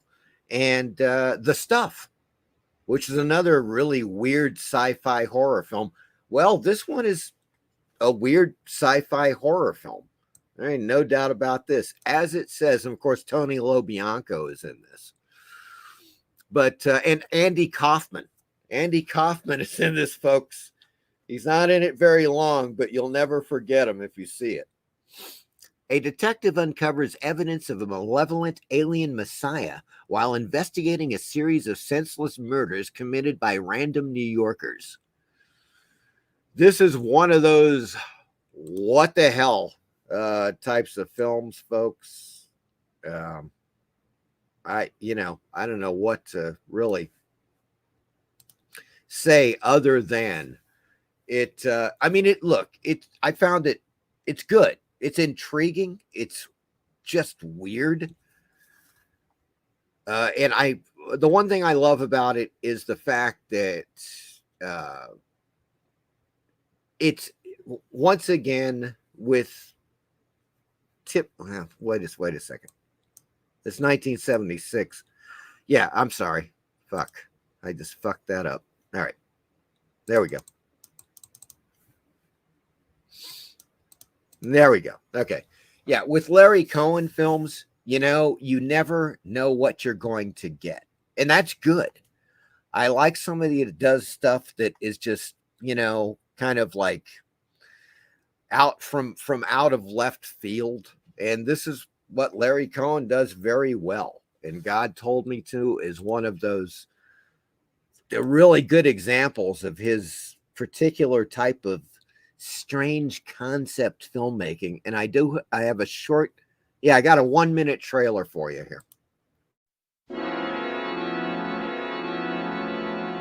On December 25th, 1953, a child is born, a virgin birth. Tomorrow, all civilization will tremble under his almighty power. He must be obeyed. Who were Moses and Jesus really? Accept me, no questions.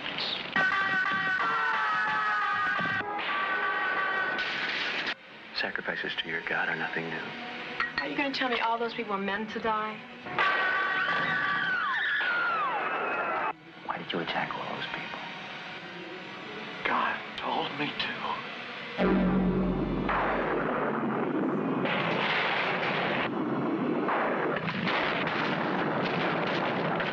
God told me to. Trippy flick. Recommended, though. It is on Tubi, and I mean, look, if you like Larry Cohen films, you're probably going to like this one, although the subject matter is pretty strange. It's Larry Cohen. What could be said? Next up, one of my favorites. Oh, yes, how should I say this? One of my favorite creature features from the 70s, SLITHIS. They call him SLITHIS, SLITHIS, faster than lightning. No one at sea was more deadly than he. It is SLITHIS, folks, 1978, Venice Beach, California. When irradiation leaks into the ocean, a flesh-eating monster rises from the depths to wreak havoc on the bohemian enclave of Venice, California. Yes, oh man, it's just beautifully low budget. And they even had a SLITHIS survival kit that people would get when they went to the theater, which was basically just a SLITHIS fan club membership card and a couple of photos from the film. That was your survival kit, right?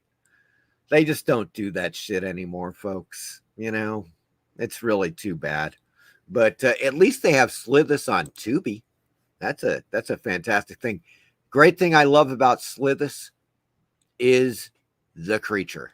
The creature is really good. He's really well done.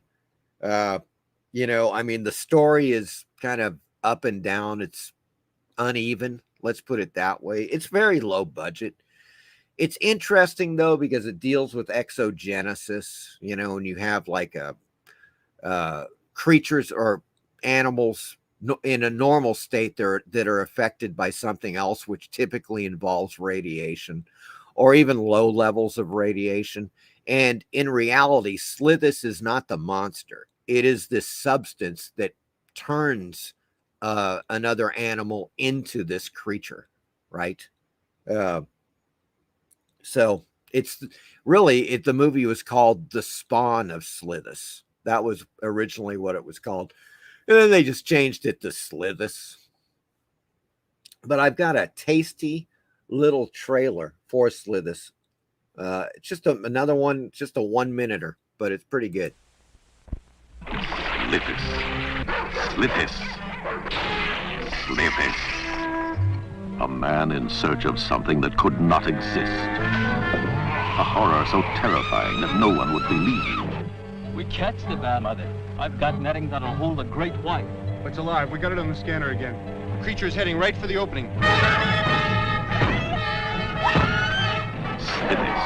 Spawned from a nuclear hell, it forages for food to survive. What happened? I don't know, but I don't want to be sitting without power when that thing finishes the chomp. SLITHIS.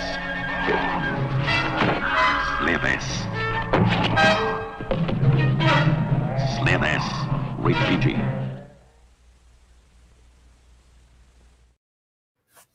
He's a pretty good looking creature.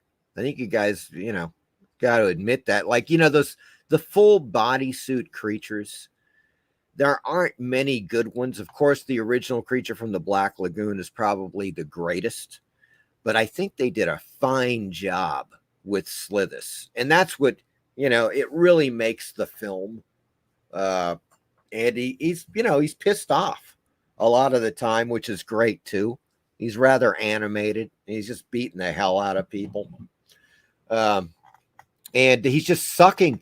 He literally sucks the flesh off of their bones. That's basically what's going on.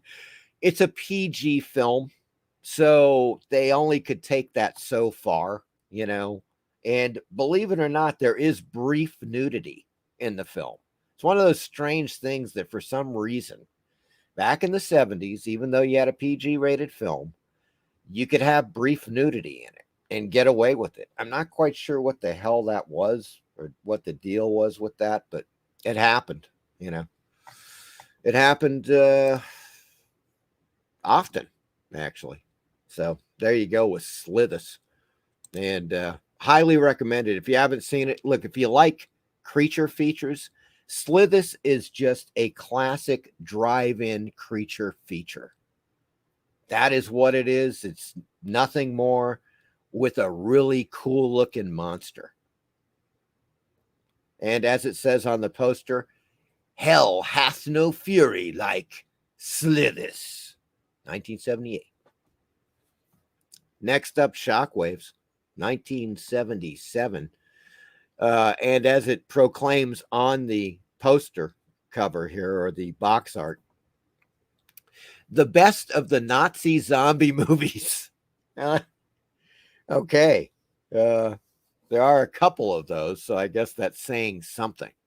But of course, it does star Peter Cushing, Brooke Adams, and John Carradine. Let's take a look here. Yeah. Oh, my God.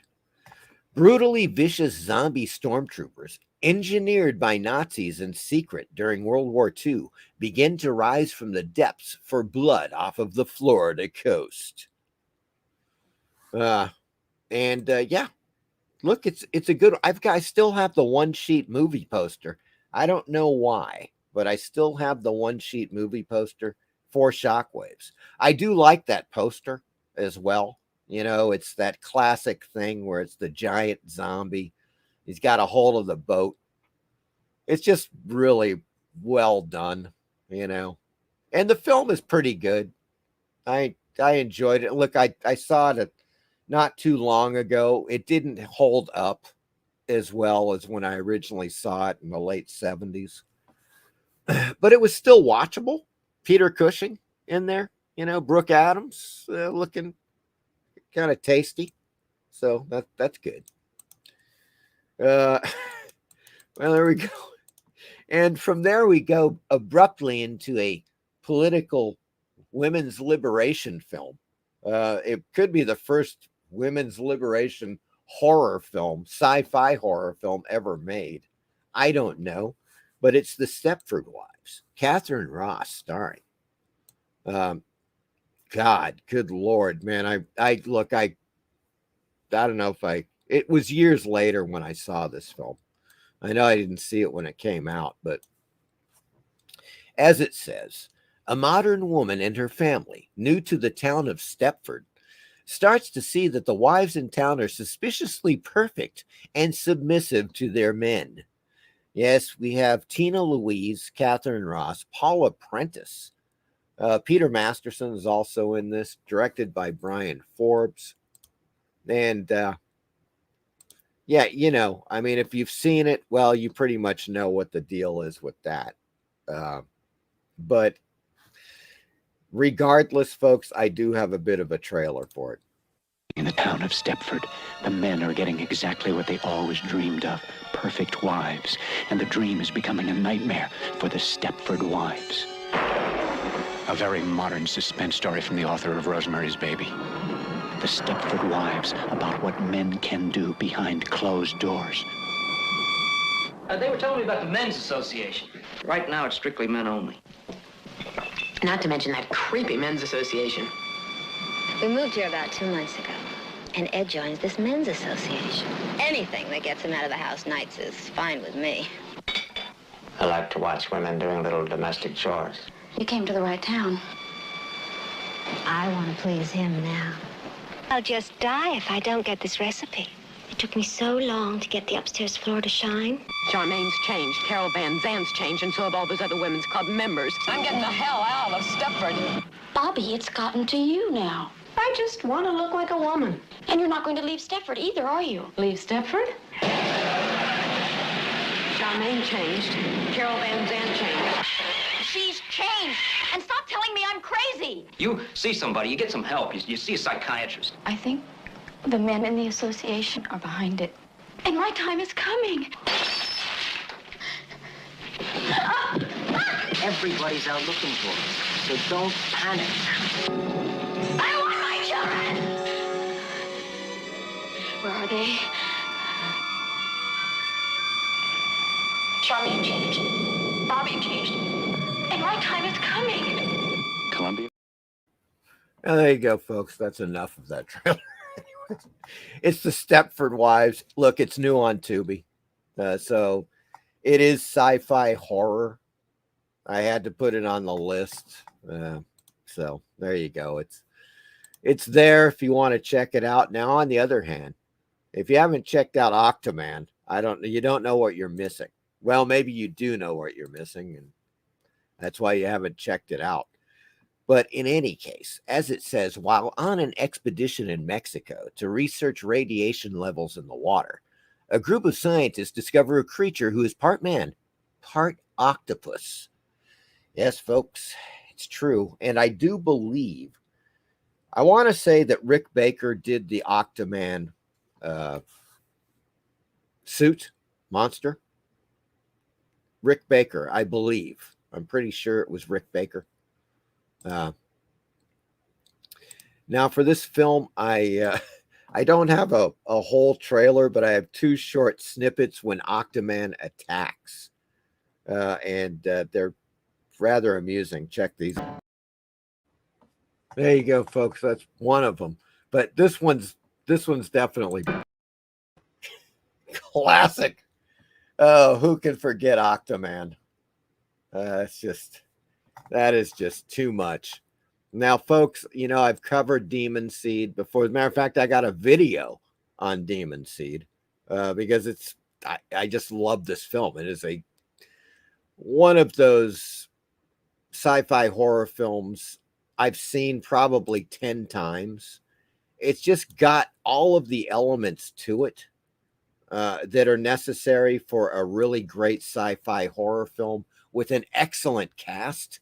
Julie Christie, Fritz Weaver, Garrett Graham, for Christ's sake. And, of course, based upon the novel by Dean R. Koontz, right? And as it says, a scientist creates a supercomputer that seeks info on human beings. As the AI slowly takes over the house, it fulfills its darkest desires. There you go. Which is kind of, that's very misleading. Because in the very end, it's actually kind of a surprise what happens. If you haven't seen it, I'm not going to give it away. But let's put it this way. Demon Seed, the title, was more like for selling the book and for selling the movie. Because it's not exactly. I mean, look, it is definitely a sci-fi horror film. What happens in the film is it plays like kind of like classic horror, but it's got this big science fiction element to it, you know? And that's the thing I love about Dean R. Koontz. Koontz is great with sci-fi horror. He's great in explaining somewhat complex ideas, but then being able to whittle that down, especially into screenplay form. He also wrote the screenplay for, Phantoms, the 1998 film based upon his novel, Phantoms. And really well written, well done. Once again, it's something that he's got a knack for explaining stuff and making it very interesting within a cinematic context, so that's Demon Seed. Highly recommended. If you have not for some reason seen it, it's just a great flick, man. It's got all kinds of weird things going for it, strange special effects that are kind of mind-boggling in a way. The way that this supercomputer creates things. It creates machines to do its bidding.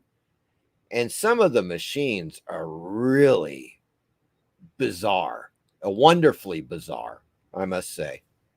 Highly recommended, folks. If you haven't seen Demon Seed, you should check it out. Let me get back to the chat here, see what's going on.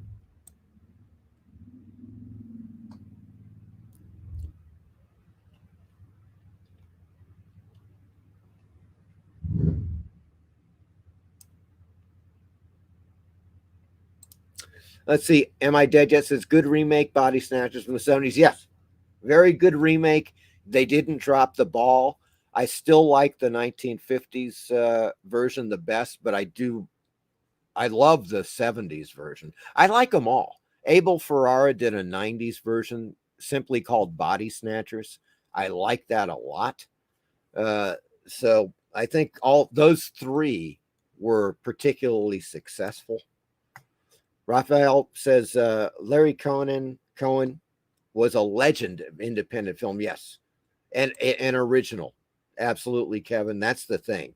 Just original concepts, not willing, not afraid to go out on a limb with his concepts for films. And that's what makes life interesting, folks. Who asked Holly one of the best horror remakes? What other good ones is there? Nothing like that one. My favorite all-time remake. That's, yeah, if you're talking about Body Snatchers, that is a great one. Oh, God, yeah, the original It. Look, read the novel. The novel is 10 times better than any of the It films, but still the original one with Tim Curry is way better than that 2017 thing. Raphael says, I love SLITHIS. It was my first horror film I saw on video as a kid with my dad.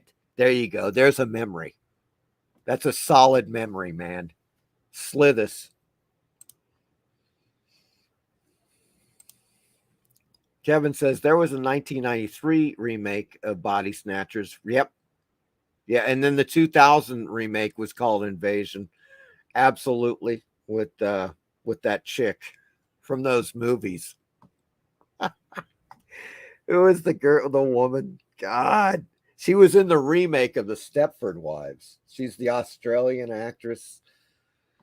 Nicole Kidman. Yeah. All right. 1993 version was a mini. Nope. It was a movie made by Abel Ferrara. Really good, too. Now that was an Abel Ferrara feature film. Every week you amaze me, Mike, how you find these weird, really out there films. SLITHIS is on my to be watched list. Yes. You gotta check out SLITHIS, man.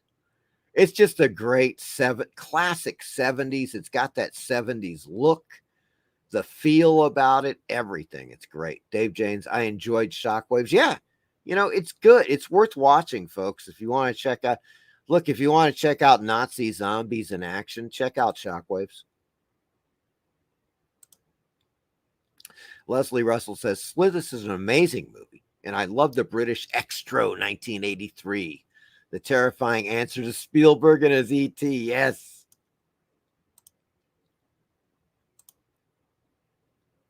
Well, there could have been another one. But the Abel Ferrara 1990s film was called Body Snatchers. And that was just a theatrical released film. Strangely enough, Who Asked Holly, Stepford Wives was made into a comedy. There was a remake. God, I want to say 1990s, folks. Believe it or not, with Nicole Kidman. And I think it was directed by Frank Oz. And it's better because at least it's funny. That's all I got to say. The other one is just, man, oh man. Yeah, not very good. Raphael says they made a remake of Stepford Wives that actually was a comedy. I still haven't seen the remake because it looks terrible, but the original is great. Yeah, the original just doesn't, for me, it just doesn't hold up, Raphael. It kind of makes me cringe. Let's put it that way. I haven't seen the remake in a while. But in any case, I haven't watched any Stepford Wives. That was a job in the dark. A jab in the dark. Okay. Am I Dead Yet says, I want a Stepford Wife. I think a lot of people want the Stepford Wives. Am I Dead Yet? Leslie Russell says, after Octoman was the mutant bear from Prophecy of 79. Yes. Thomas Fairfall. Believe it or not, a company called Escape Hatch Hobbies made a 1/8 scale model kit of Octoman. That doesn't surprise me at all. And the thing about that is that why didn't they do one of SLITHIS? Man, SLITHIS is far more worthy. Okay. Even the man, bear, pig from the Prophecy. Come on. I wonder if they did that one. Yeah. Demon Seed Delivers. Yeah, great finale. Yes, it is quite the finale. I must be thinking of something else than the Body Snatchers from the 90s. Maybe so. There may have been a film, now that you mentioned it, from the 90s where people are being taken over by aliens. And it's very much a similar type of thing, you know.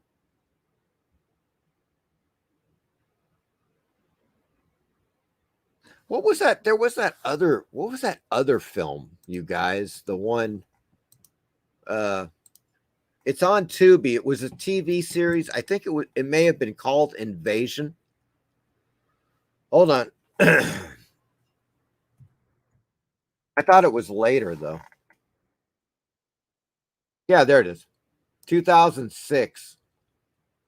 I'll bring this one in just so you can check it out. It's good. I like this series. Surprisingly, I like this. There it is. Invasion from 2006. And similar, too. Yeah, these aliens, you know, they're in the water. It rains and it drops them everywhere and they start taking over humans. In this suspenseful tale, a blended family. What the bloody fuck? A blended family finds themselves at the center of a conspiracy designed to mask a massive alien takeover. So there you go. But I liked it. I liked the series. And it's got, where the hell is it, man? Well, that's weird. Oh, there we go. Season. How many? Yeah, it's only one season, guys. So you may want to check it out. I thought it was pretty cool. It has that definitely a Body Snatchers type of vibe to it.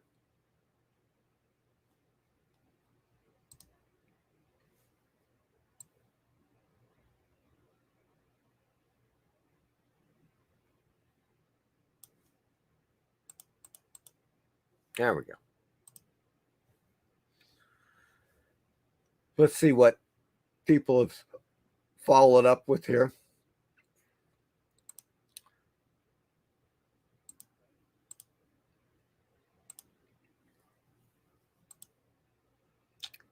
They should make Octoman versus SLITHIS. Yes.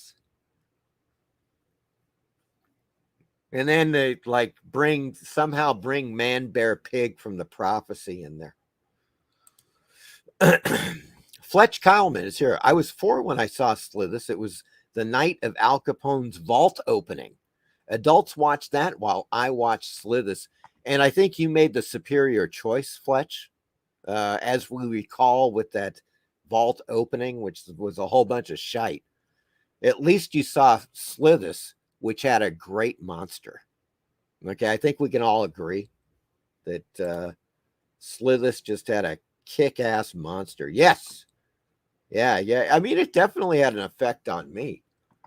And I was a young teen at the time, so it still was like, you know, one of those a good little shocker, even though it was PG rated, you know.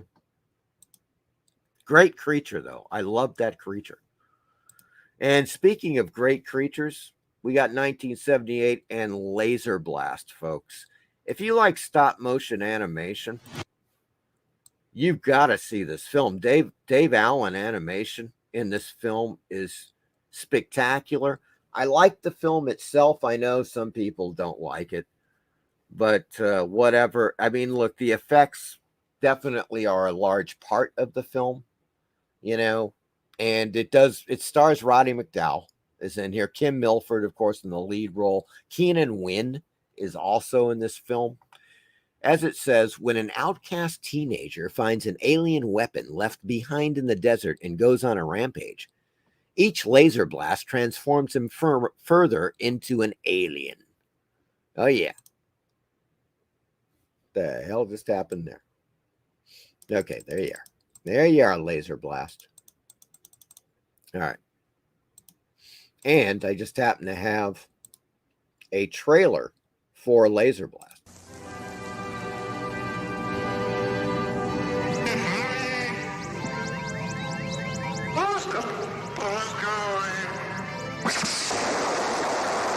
This could all be happening right now, somewhere on this planet. It's the story of a UFO that has landed and visitors from a galaxy light years away.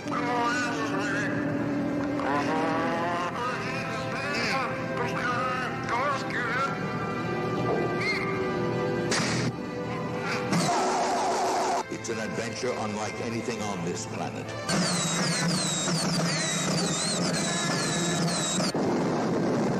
A weapon that might belong to us in the future, but is here now. Laser Blast. It's the story of the boy who found it and the girl who tried to help him. What about the lump on your chest? And a world that tried to take it away. They didn't know I knew. I want the town sealed off. Just no news leaks. No news, period. Laser Blast. It will blow your mind.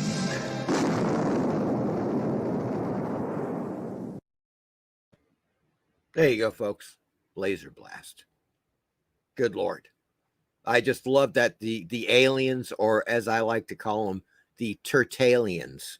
They kind of look like, you know, turtles out of their shell, basically. They look really cool, though, and the animation is just so groovy looking. You know, the story's all right. It's, oh, whatever. You know, it's something, it's a low-budget 1970s sci-fi horror schlocker. Let's put it that way, with some really great animation. And if you haven't seen it, if you like stop-motion animation, it should be on your list. There's no doubt about it, because Dave Allen was just kicking butt at this time in the 1970s. And he did some fine work in Laser Blast. So check it out if you get a chance. It is on Tubi. And here's a film that I think everybody is in the chat has probably seen. Everybody watching has probably seen. But it is back on Tubi. It was gone for a while. They brought it back. Thank God. It is the 1978 version of Invasion of the Body Snatchers by Philip Kaufman. This dazzling remake of the 1956 Spine Tingler stars Donald Sutherland, Brooke Adams, Jeff Goldblum, Leonard Nimoy, and Veronica Cartwright in an eerie tale of possession by quote-unquote alien pods. There we go, folks. Philip Kaufman, and it is fantastic. It's such a great look. What it is, it's not. I think they kind of get it wrong. It's not a remake of the 1956 film. It's another adaptation of the novel, which is a fantastic novel. That's one that we're going to cover, folks, on the Sci-Fi Horror Book of the Month Club. Jack Finney's early 1950s novel, The Body Snatchers, and the subsequent remakes, because there's plenty of them. And so that's going to be a great sci-fi. It's probably going to be one we're going to do after The Shadow over Innsmouth. We will do Jack Finney's Invasion of the Body Snatchers, because it deserves it. If you may have noticed something about this film, 1950, mid 1950s, 1956, right? A generation later, a sequel, good Lord. Another adaptation of the novel. A generation later, 1990s, another adaptation of the novel by Abel Ferrara. A generation later, another adaptation called Invasion with Nicole Kidman. You know why they keep doing adaptations of that novel? Because that novel is, as far as I'm concerned, and I think it to many people, is as profound and relevant as Brave New World, as 1984, as, you know, any of the classic science fiction, how would you say, political science fiction films, or novels that were written in the early to mid part of the 20th century. And it has a universal core of truth to it, which compels people to keep doing adaptations of the novel every generation for generations. That is what's going on with the Body Snatchers. And if you think about it, that's true. Just think about the year 2020, folks.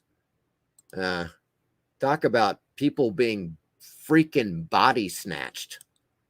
Holy shit. Okay.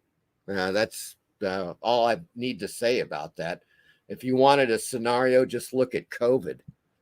Oh my God. Suddenly your best friend was eyeing you suspiciously and wanting to send you to a gulag. Yeah. You think I'm kidding? Let's read the news. In any case, yeah, I suspect that very soon we will see another direct adaptation of Invasion of the Body Snatchers. There have been a few Body Snatchers like films. God, I cannot remember the damn name of it. It's really good. It just came out like 2 years ago, and it's definitely it's Body Snatchers. What the hell was that thing called? I'm going to put Body Snatchers in here. See what pops up. It's not called Body Snatchers.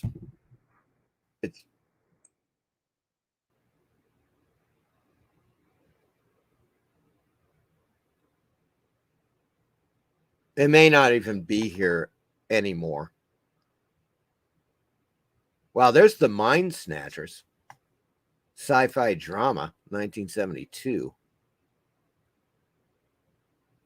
I don't know. Yeah, I'm not sure. Crap. It's got a weird name. But it's really good. And it is completely it's a direct takeoff of the Body Snatchers, no doubt about that. I really enjoyed it a lot. And it should be. It's a concept that should be made for every, generation, at least once every 20 years. Absolutely. It's that important. But in any case, let's go on to the Alien Factor. Of course, one of my favorite filmmakers of all time, Don the Man Doler from Baltimore. Oh, yes. Alien Factor 1978, folks. I mean, come on. This is it. This is like the ultimate in DIY filmmaking. It is so freaking cool. 1978. As it says, a spaceship containing dangerous alien specimens crashes on Earth near a small backward town, unleashing a bloodbath on its residents. And oh boy, the hell is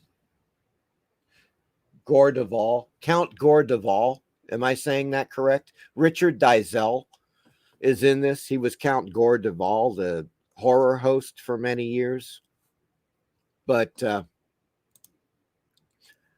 it's really great, man. It's just a really great no-budget film with stop-motion animation and a variety of special effects. I do have a short trailer somewhere. Yeah, here we go.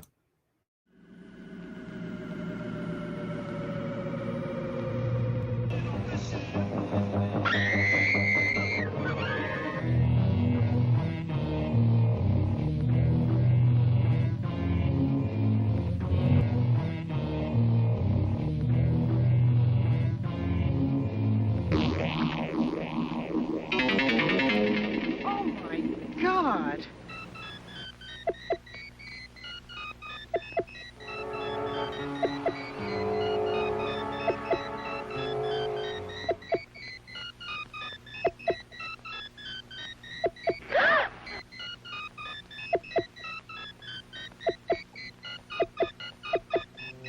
Something is not quite right.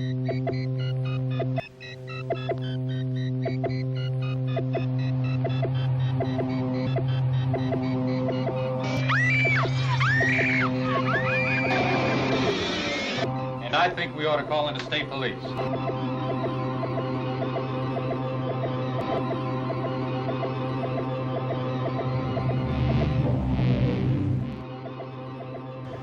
Now look, you either let me handle this in my own way or you go call in your army.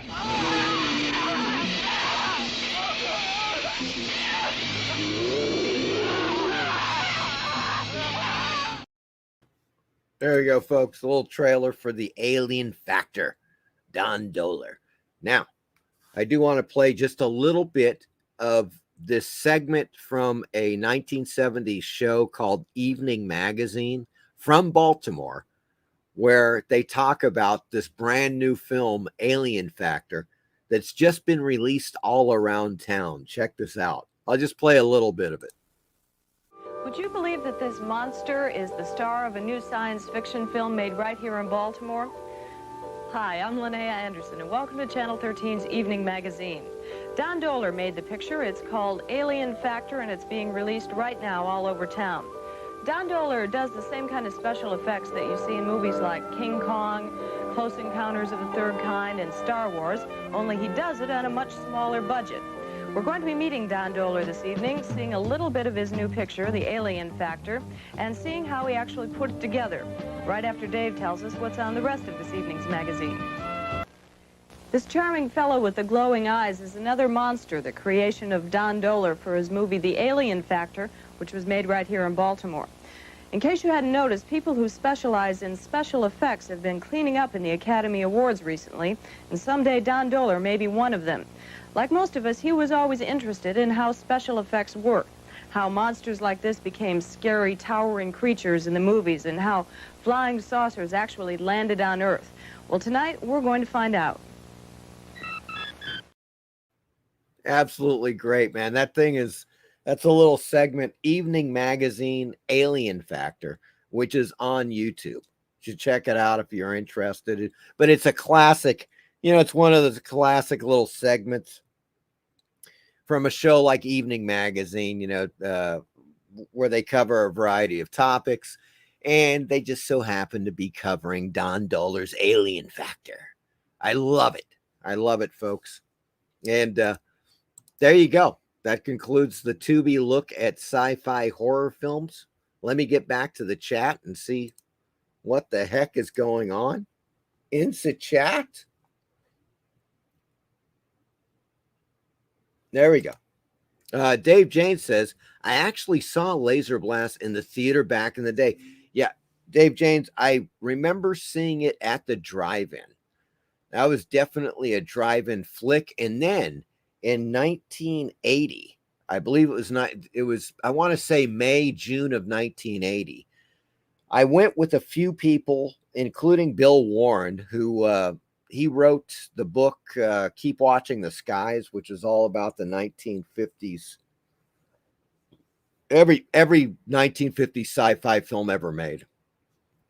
It's in 2 volumes.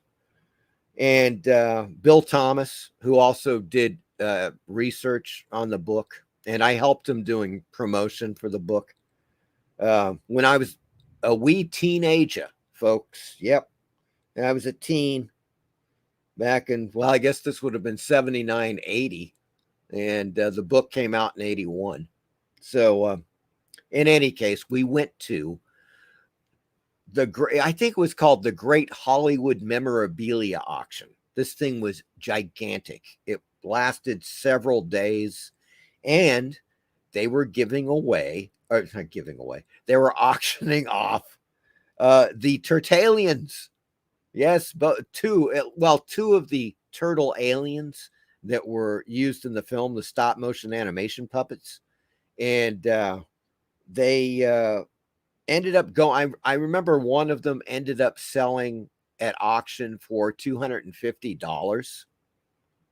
And of course, at that time, I'm like, $250, man. I'd never afford that in 1,000 years. I mean, you can imagine back in 1980, $250. Jesus Christ. Yeah, it was a lot of money, but kind of laughable today.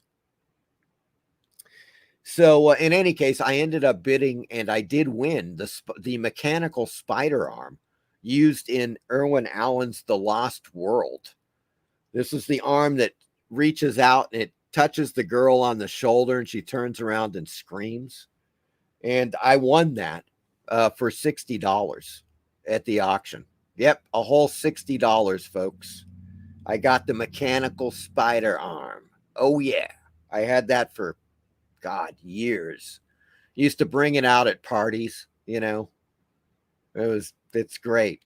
It's a great icebreaker. Let's put it that way. Holy Toledo.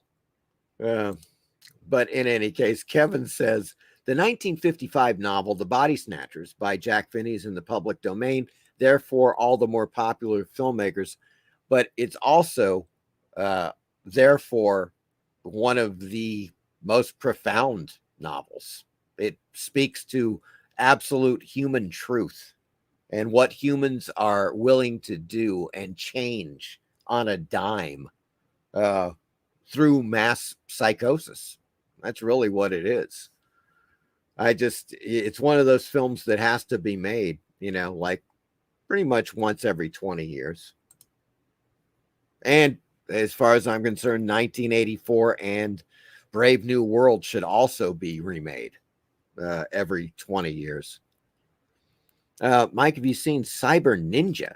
It's an early sci-fi action film from Kita Amemiya, the creator of Z-Ram. Now, I've seen Z-Ram. I saw Z-Ram 1 and 2 and a little bit of the animated show. I saw the 2 live actions. I like those. And they're both on Tubi as far as I'm aware. At least they were on Tubi like less than a year ago. But I have not seen Cyber Ninja.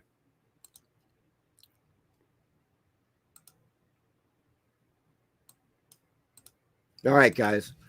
Well, there you go. That concludes our sci-fi horror segment. And guess what, folks? Now, if you came in late, I'm going to have to do this again, okay? Because it's too damn cool for school. If you missed this, next, let's see, where are we here? There we go. All right, so next time, September 6th, we're going to be covering H.P. Lovecraft's The Shadow over Innsmouth and Dagon, basically because Stuart Gordon, of course, adapted those 2 stories into his film, his feature film, Dagon, and we have discovered through our friend here, Rafael Lopez, that the Japanese also made a version of The Shadow over Innsmouth, which I cannot wait to watch. That is going to be freaking awesome.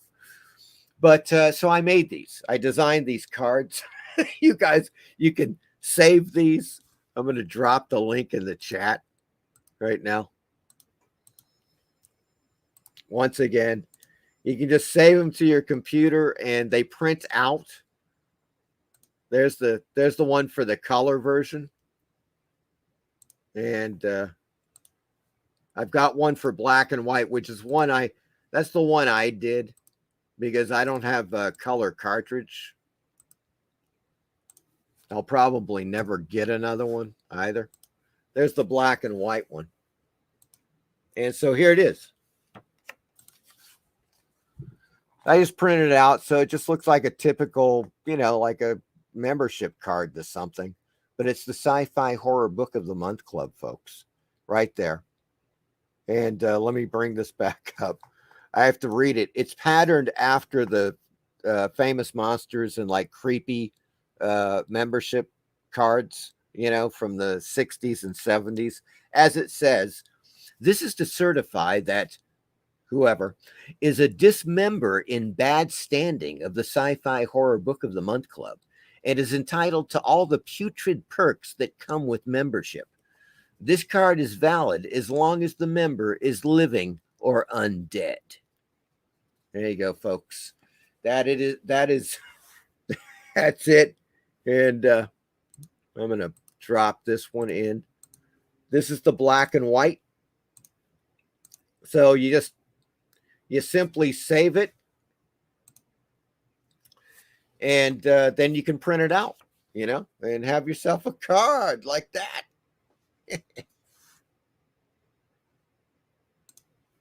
Let me get back here. Yeah, that's the color one.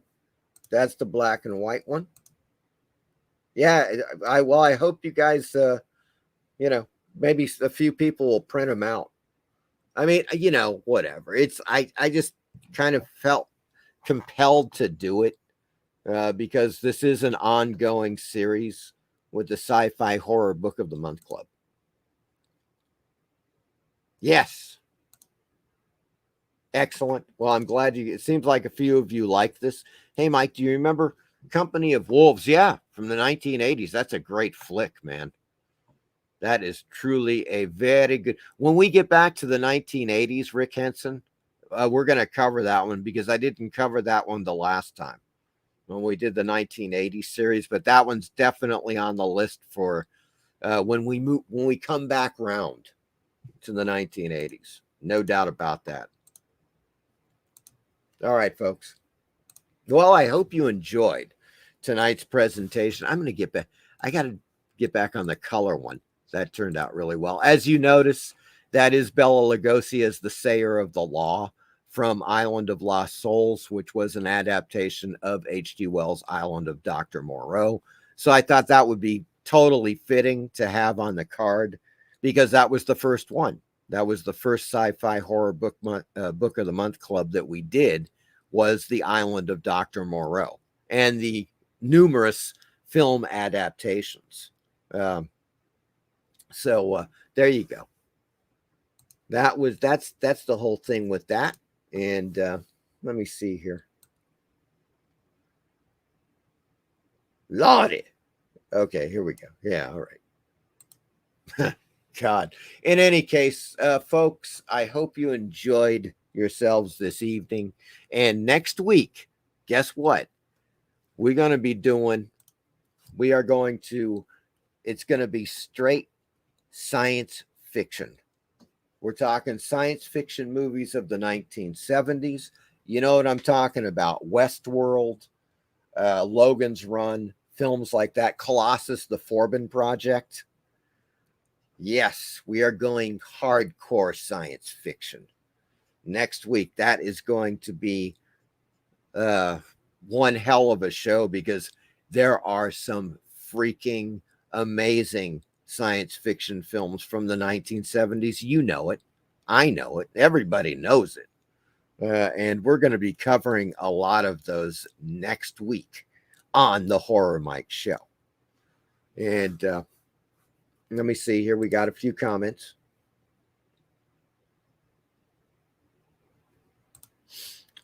Kevin says, wonderful movie. Yes, that is a really, really good freaking movie. You're welcome, Holly. Ah, yes. As always, Radamus. Ah, thank you. Sci-fi. Next week, folks, you're not going to want to miss it. It's going to be a good one. All right. Excellent. Folks, everybody have a great weekend. And as is traditional here, we will lead out with the Starfires and their wonderful rendition of Linda. Everyone have a great weekend, and I will talk to you soon.